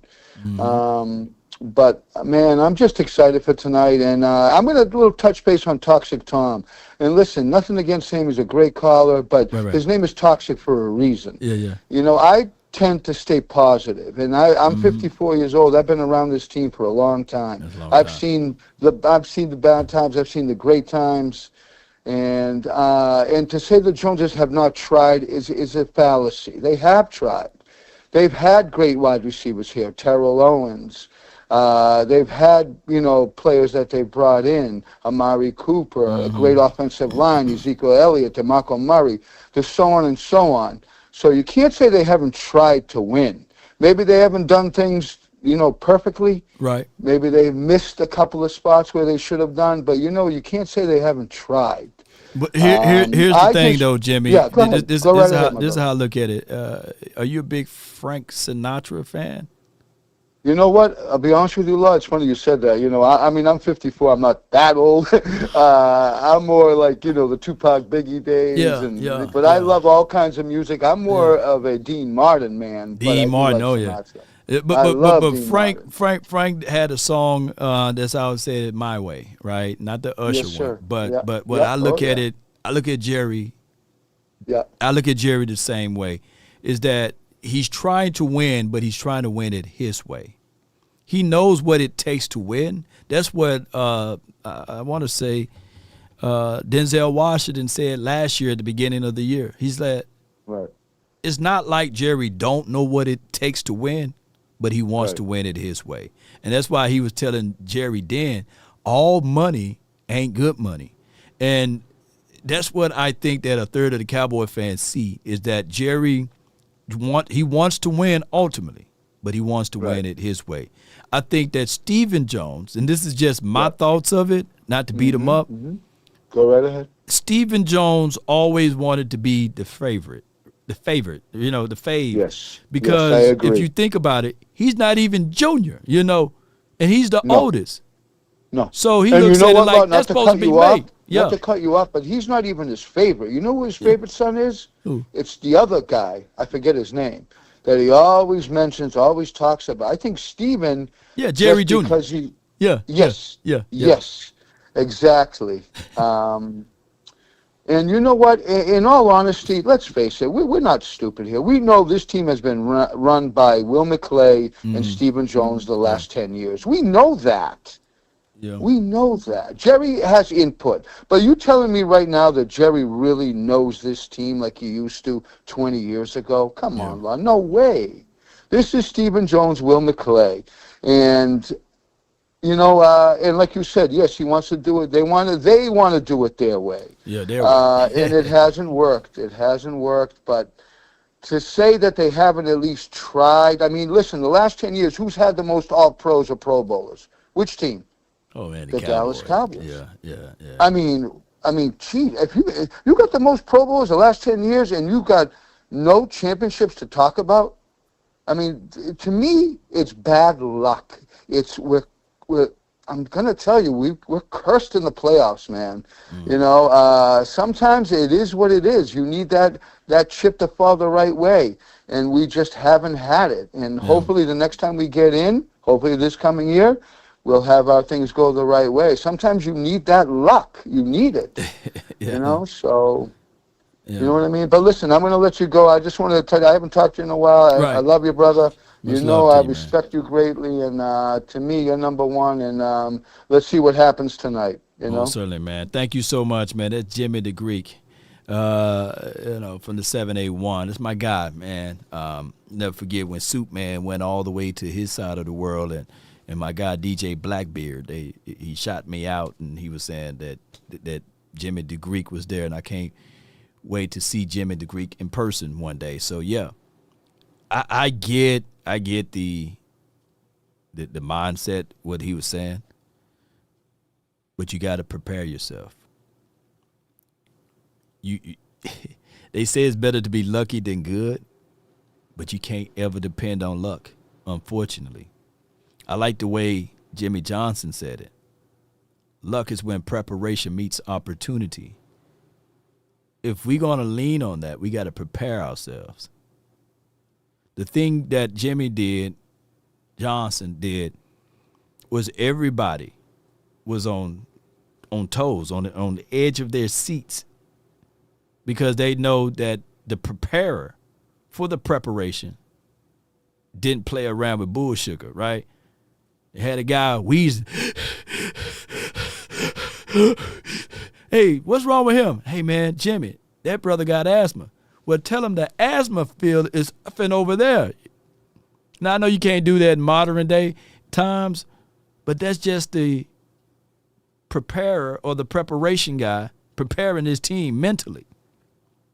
The war is up here. The war is up here, baby. I got room for like two more callers. I got the 979 and A-Lou, hold tight, fam. 979, you're live on the Nation. Talk to me, man. What's good with you, bro? All is well, bro. Man, I feel you on that. Man, you know what, man? I wasn't going to call in at first, man, but, oh, man. The folks out here, man, that just constantly keep defending Steven, man, y'all are what's wrong with this fan base. It's been, now I could easily go in and talk about all of the things that Jerry and Steven haven't done that have kept this team from at least being able to compete for a Super Bowl. But no, man, it's a waste of time, man. Like, people keep crying about they sound just like Steve. I hear crying about the cap, crying about money and stuff like that. Even though, Law, you posted the video yesterday about D-Law's agent. The dude is an agent for has clients that are actual NFL players. And even he said that the salary cap is a myth. I really don't think that man would lie about something like that just to get somebody to, get everybody all riled up. But even though the fact that you posted that video, you still got folks out here that talking about, but we can't pay you. George Pickens this amount of money. We can't, like, bro, what are y'all not hearing? It's like the Bengals were able to pay Chase and T. Higgins. Yeah. The Dolphins were able to pay Tyreek Hill and Waddle, I believe is his name. And Philly, I can name a bunch. It's like I swear, like y'all just want the team to just stay relevant. Y'all don't want these dudes to compete. I mean, and then no disrespect to the call that was just on the phone. He talking about Pro Bowl. Don't nobody care about that mess. If I'm not mistaken, the Seahawks, I don't even think they had that many Pro Bowls last year, and they still managed to win. Pro Bowls don't mean jack squat. You know what I'm saying? Like, and I'm not trying to. I keep saying I'm trying out my best to not be negative about this whole situation, but to me, it don't matter what they do in the draft because they should have done their work in free agency. We can't just expect these rookies to come in here and just hit the ground running, man. And then, if it's possible, they do draft a wide receiver. There's no wide receiver in this draft or the next that's better than George Pickens. And I could keep going in, but I know you said you got the time limit, man. So just I'll leave it at that, man. Appreciate it. No doubt, man. Appreciate you. That's DP, man, from the 979. But when I tried, but when I held that 9, all I can see with my mama's eyes, The money, talking about the money is an emotional thing. Money is a feminine spirit, too, by the way.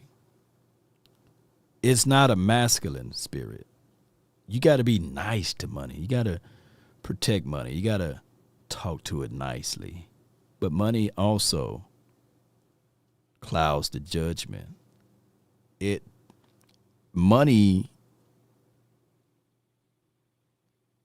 to a degree, when Stephen Jones mentioned money, because that's one thing that we can all understand.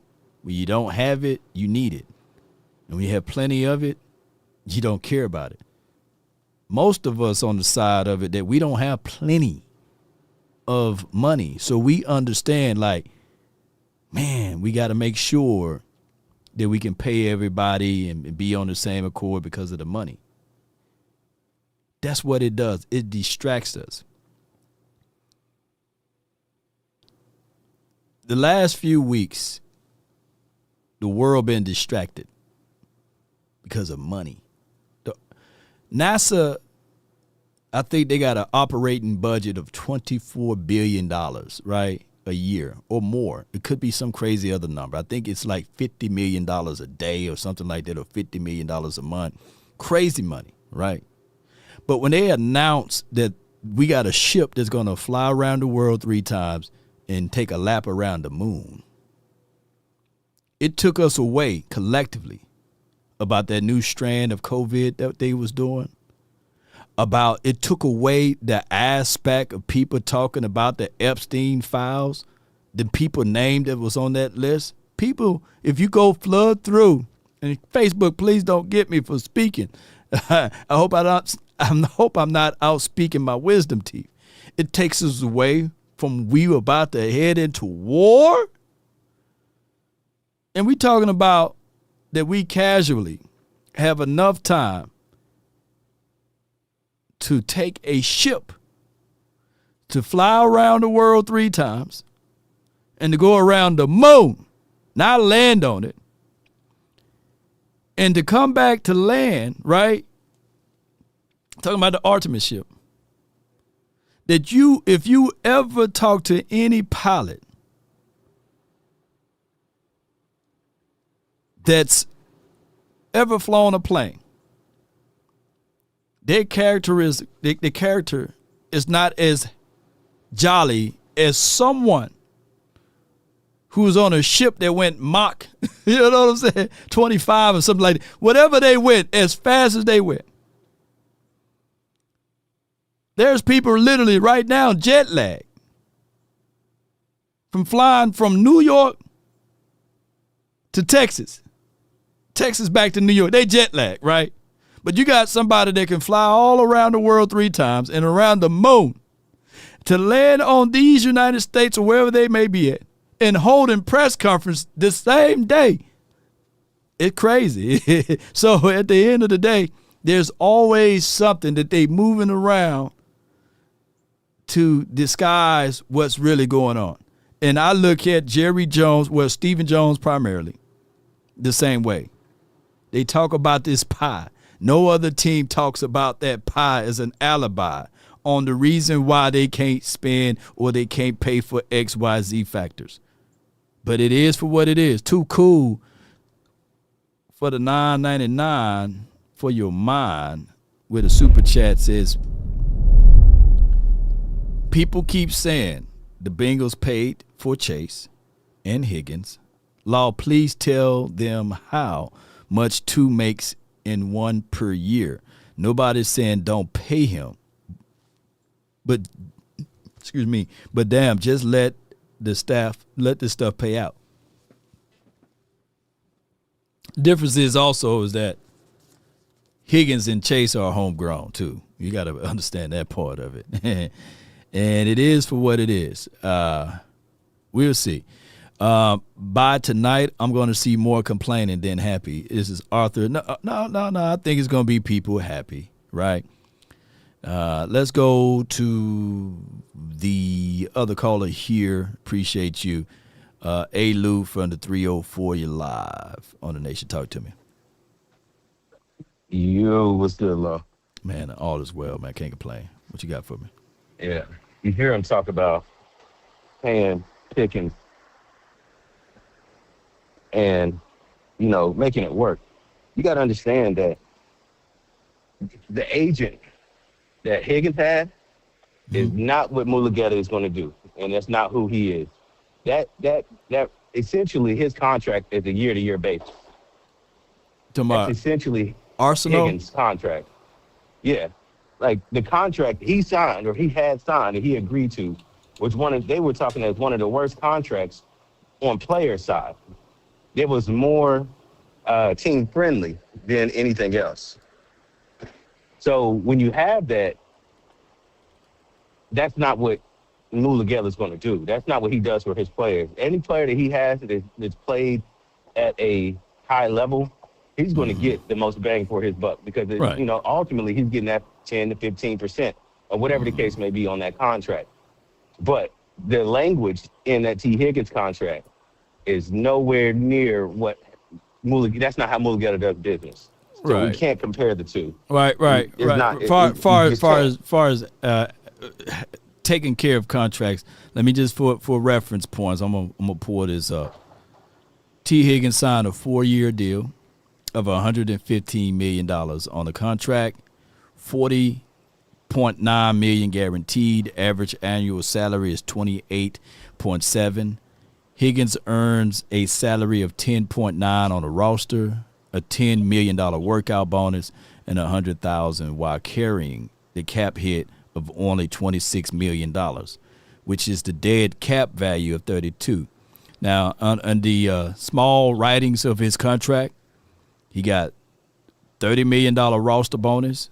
Remember, we're talking about cash at this too, by the way. And then he gets a $10.9 million fully guaranteed on the 5th league day of 2026. Injury guaranteed. $15 million fully guaranteed in 2025. Then he had a $5 million fully guaranteed roster bonus.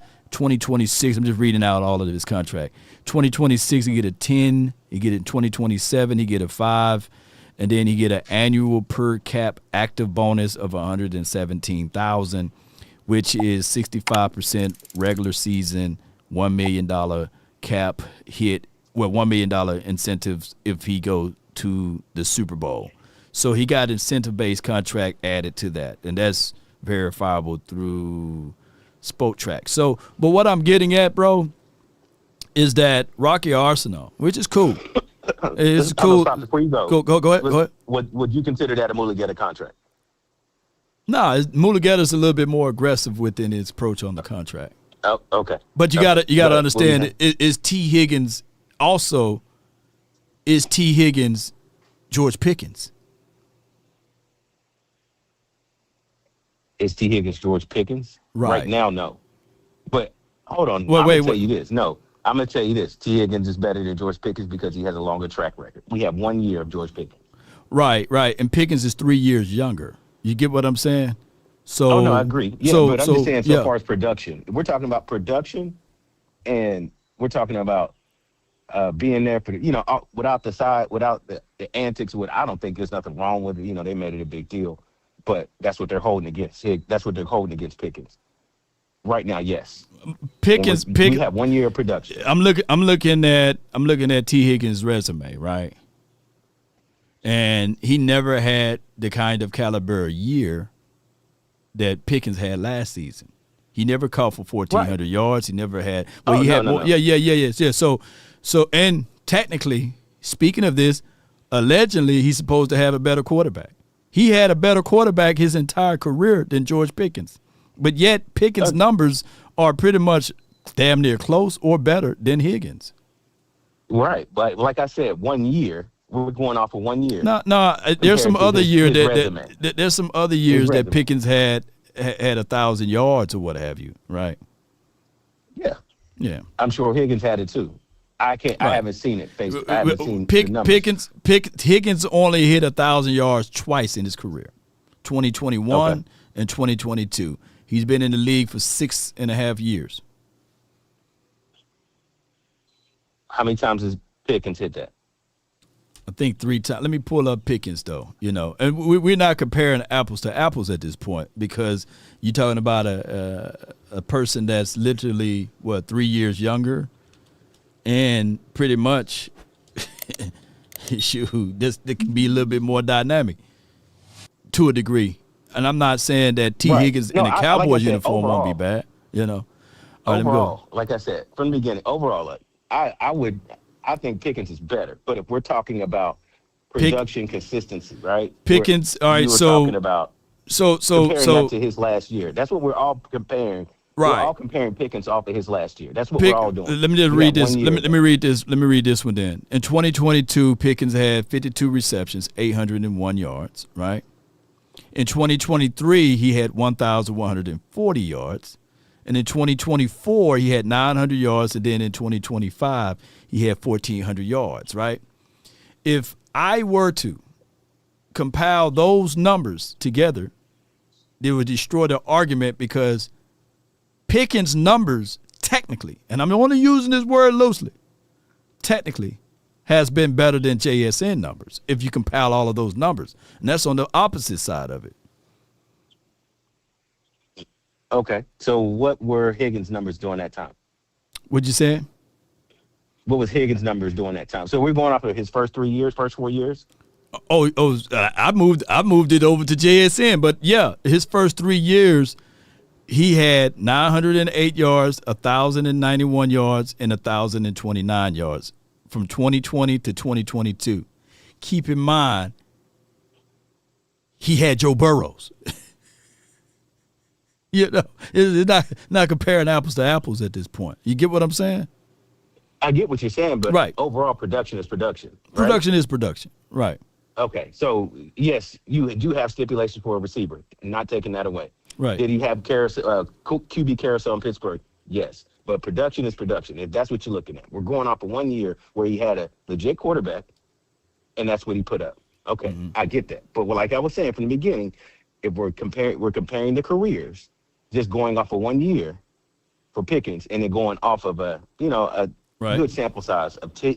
Higgins, you take T. Higgins off just based off of that. Now, if you just flat out numbers, right? Now, if you're looking at projection, of course I'm taking Pickens. Let's not let's not even get that stupid. Hold tight. I got a super chat. At Too Cool $1,524.9.99.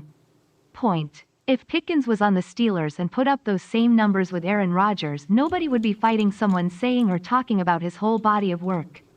It's the off the issues. He's saying it's off-field issues with Pickens, but according to Pickens, he never been arrested. He never had off-field issues, right? He only had a few things as far as fines on field, right? So I think that Pickens get painted with the bad brush of other Steeler wide receivers, and I get what Too Cool is going at with that.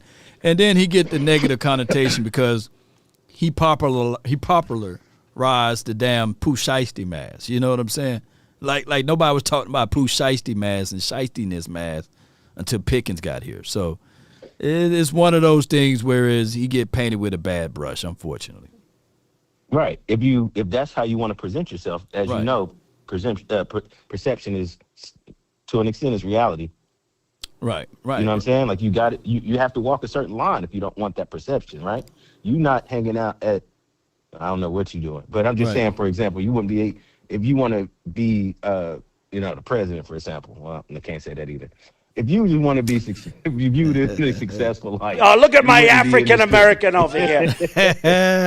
you wouldn't be in the strip, be doing all this other stuff, being out here doing all the extraness. You would carry yourself a certain way. So if you want that perception to change, you got to carry yourself a certain way. It sucks, right? Like they can do anything they want. We got to walk this fine line if we want to play you got to play ball. You know what I'm saying? You got to play the game. Let's not discredit what's really going on here.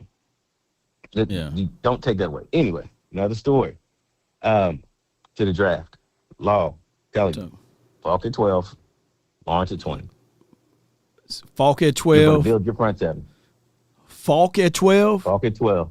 I'm telling Falk at 12, Lawrence at 20. That's the hill I'm down on. Unless, caveat, unless we have one of those top 6 that miraculously dropped to us. I hope you're wrong, man, but I appreciate you for calling in. For sure. That's Lou. He's putting Falk at 12 and then Law at 20. Now, the Cowboys did double dip before. That's like Ware and Spears, right? Cowboys do those type of things. Look, I get what A. Lou is saying. I understand. We trying to paint all of these wide receivers with one brush of a stroke. Same brush of a stroke of saying that Pickens and Higgins is all in the same boat. No, it's not. And Cowboy 92, man, we will definitely circle back with you on another show. But what I'm trying to get at, ladies and gentlemen, the market is the market. So right now, the market value of GP, according to Spoke Track, is 30. I have yet to see players sign under that. This is where this is the bottom. This is where the bottom is at. On top of that, what they comparing this market value to is Garrett Wilson, Brandon Ayuk, DK Metcalf, and Waddle. And I think Waddle just got traded, and now I don't know if they reworked his contract out. Let me see if I can find that contract what Waddle just got. But they could just paid him the same. And Waddle is getting 3-year, $84 million. All of these. Man, just give me one of them checks, man. Just give one check. 36. Yeah, he got traded, so I don't know. But they compare his contracts based off of that. That's the bottom. We know $28 million is in his hand if he signed today, as far as that franchise tag. The problem is when we start to think about this, is that if I'm David Mulugeta, I'm saying that my client is better than Jalen Waddle. My client is better than DK Metcalf. My client is a whole lot better than Brandon Ayuk and Garrett Wilson. These deals at $30 million, I'm not finna do that. I want mine to be at least 37 to 38 million based off of what JSN got, based off of what these other wide receivers going to get for his future money. It goes all the way back to what Toxic Tom said earlier. It's all about the next man up theory. And unfortunately, we are in that particular room. We are in that room. The only way that the Cowboys could have gotten George Pickens for this money, if last year when they did the sign and trade, that they said, hey, I get it, you want to showcase to the world what you can and can't do, but we have the ultimate belief that we can sign you under this deal. But they were not willing to give him this last year. Unfortunately, the price of the bag went up. Now, if Pickens signed a 4-year, $122 million contract like this for $30 million, hey, I'm all happy for him. I would love that. But if I'm David Mulugeta, I'm not finna shop my client that way, unfortunately. He's going to shop his client for a little bit higher than that. Unfortunately, ladies and gentlemen, it's just for what it is. With that being said, yeah, and I hear it all the time, but he didn't want to negotiate. He didn't want to negotiate. There's a lot of people. There's a lot of people that's watching right now that done dated someone that didn't want to date you at first, but you shot that game at them. You're going to have to spit some game. Unfortunately. Let the AI speak. At Khalil Small $9,981.05. Shout Law Nation. Shout out Memphis. Before the press conference started, Tad said he couldn't confirm what they say would be true. Rewind the presser. Right. Ooh, what could be? He said, shout out to Law Nation, shout out to Memphis, shout out to you. I read that in your voice. Before the press conference started, Tad said he couldn't confirm what they say would be true. Yeah. Good point, man. I'm going to have to go back and rewind and watch it. I'm going to have to. Yeah. Mike Vrabel spit a lot of game. You know what I'm saying? Like, hey, Rusiani, you at this Palm Springs? I'm at Palm Springs.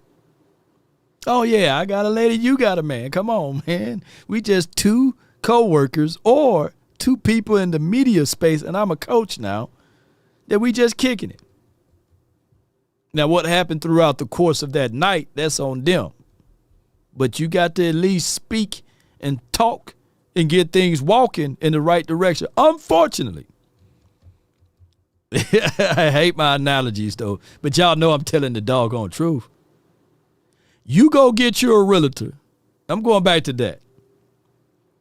And they start telling you, man, we're going to take you to this ungated community, and we're going to take you to the highest crime rate, one of the worst school districts in this community, and we're going to build you a house there.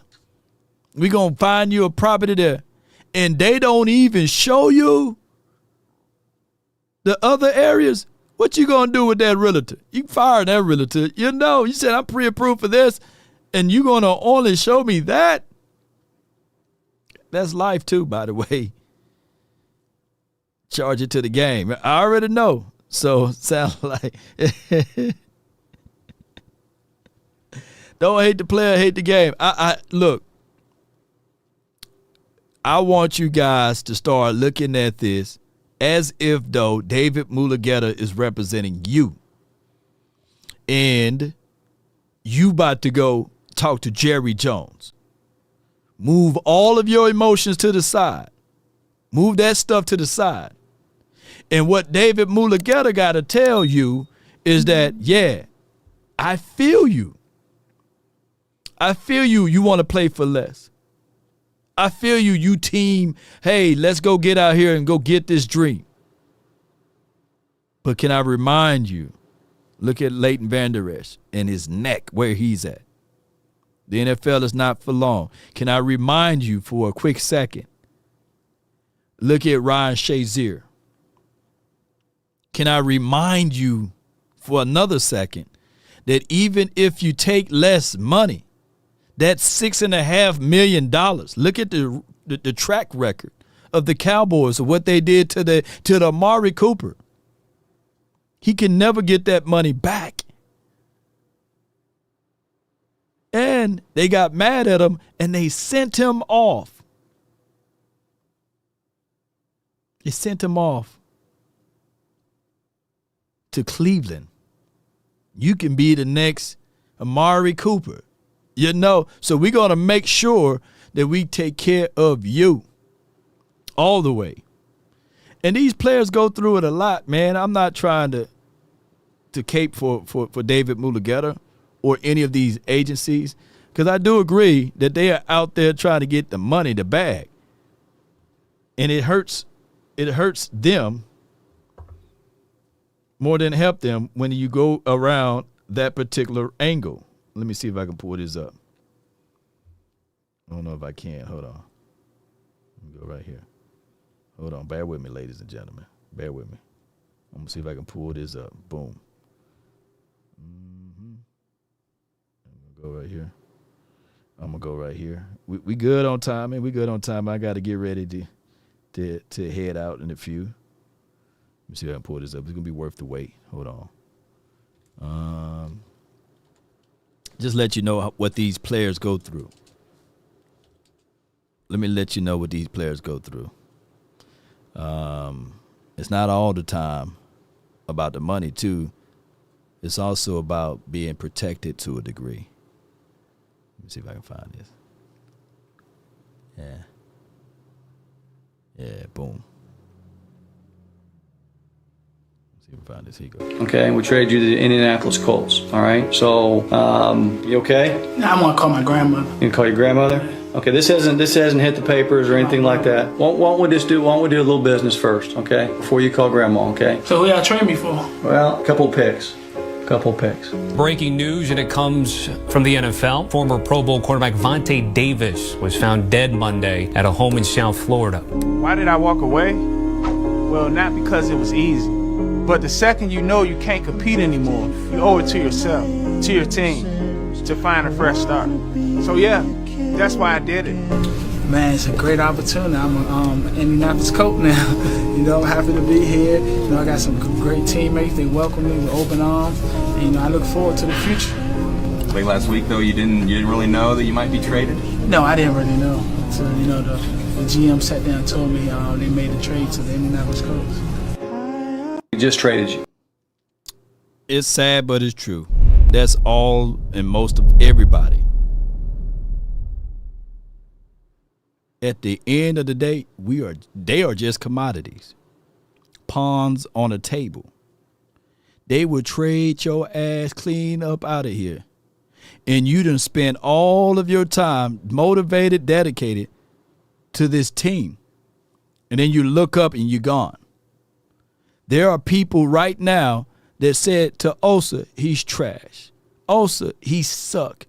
Osa, man, don't you know how it feels to be given an opportunity to play for a team, to get a contract, your first big one, and you start building houses, you start moving family members, and just like that, you traded, you're gone. Family members that moved and got their whole house situated to this area, now they got to move. That's life. He got to uproot his life to go all the way to a team that we couldn't beat in the postseason. Now he's playing for them. That's life. So it's still a business. And what y'all saying is basically we should go into a business negotiation and saying whatever the Joneses say, yes. Yes, I'll take the deal. Yes. And they got poison pills all in those damn contracts. There was a player, I think Cooper Rush, the other quarterback that most people said that was better than Dak Prescott. All he needed was to play one meaningless game to get $500,000. Oh, it's time to go see the backup of the backup. Let's throw Trigger Trey in there, That's over $500K. He can't never get that money back. Then they shipped him off, So it's a business. So never allow Bill Gates to say, yeah, let me get that discount. Never allow Jerry Jones and Stephen Jones to say, hey, man, we'll take the discount. To a point, a lot of you guys said, Tyron Smith, oh, he suck, he's trash. He always injury prone. They done locked Tyron Smith into a room without his agent, and they negotiated damn near a 10-year contract with him. A young cat. He was drafted when he was like 20, turned 20 when he got drafted. But nobody talks about the pay cut that he taken. It ended up totaling over $50 million that he left on the table. I know it's not all about money sometimes, but he ain't going to never get that $50 million back. But he took the pay cut, and he took the abuse from Cowboy fans. Plenty of Cowboy fans. But neither here nor there. Just don't do those things, man. Don't do those things. Try to get as much as you can. Jerry did cook on that doggone contract, though. Tyron Smith, the first one. He had the Pat Mahomes deal before Pat Mahomes.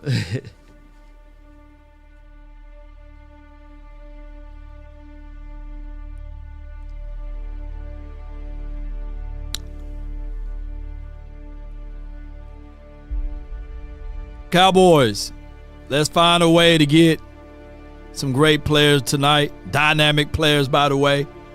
And let's figure this out.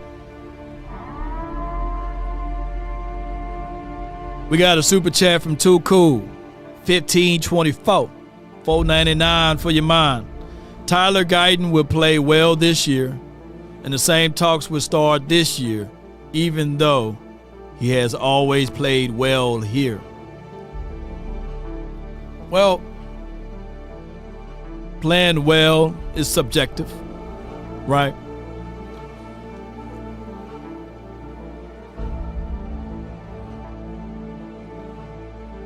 Very much so subjective. The key is, once a player hit their third season, you have the ability to extend said player. That's the risk that is involved. The key of drafting a player is that you have inside knowledge of said player, because you hold the rights at least of a minimum of 4 years. They extended to 5 years on the first round.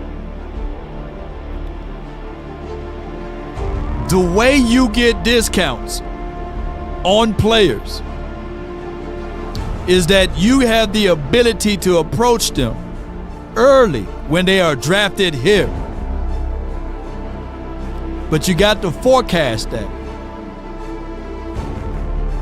The Cowboys, if they ultimately believe it in Michael Parsons, in his third year, they would have extended him. But they didn't believe in him. There was already, before the last 2 years leaked out, who remembered that there was rumblings that their patience with Michael Parsons was weighing thin. That was going into his third season. They're getting tired of him. If the Cowboys knew what they had out of C. Dangerous Lamb, it wouldn't have taken to the fifth-year option to start negotiating. They would have instead pulled him to the side within the last year of his third season or right before he got to his fourth year and said, hey, this is a contract for you. Law, do you have any truths to that? Yes. I have truths to that. Because right now, people are looking at JSN's career, and they are already saying, let me pull up JSN. They're looking at JSN's career and look at it. He got his money based off of what he's going to do in the future, but he got the discount rate based off of the willingness from their front office to pay him early. If they allow JSN, Jackson Smith and Jigba, to go into this year, because ultimately, by him being a first-round draft pick, they hold total control of 5 years over Jackson Smith and Jigba.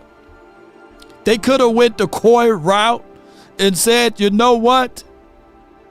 Since we have 2 more years with you, we don't have to extend. We can keep it the way it is. But by them having the foresight and forecasting and the ultimate belief system within the confines of their wide receiver, they don't have to see much more. But on the flip side, with the Cowboys, they said we got to see more from CD. And then he played another year. We got to see more from CD. Then he played another year. We got to see more from CD. Right? So that's the flip side of all of this, ladies and gentlemen. And the same pattern been with most of our star-studded players, unfortunately. But in departing, if there's one thing a man should always do, is mainly to himself stay true. Never allow someone to change your point of view unless what they bring or mean makes sense to you. Never judge a man by sight alone, nor by the height he has grown, and when speaking, keep it at a moderate tone. Raise voices only turn those hearts into stone.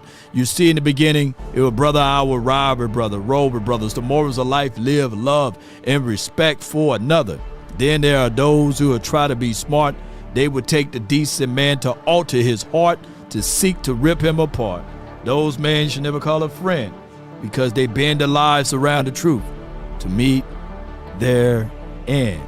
We'll be live a little later on tonight, baby. Let's get ready. Pop some champagne bottles and let's go, baby. It's finna get crunk. I'm trying to reserve my energy, but y'all be right with me. Cowboy Nation, that's all the time I have for this moment. And remember, you're listening to nothing but the best. Let's go. Hit that like button, man. Share this content. Let a friend or that neighbor know where to go.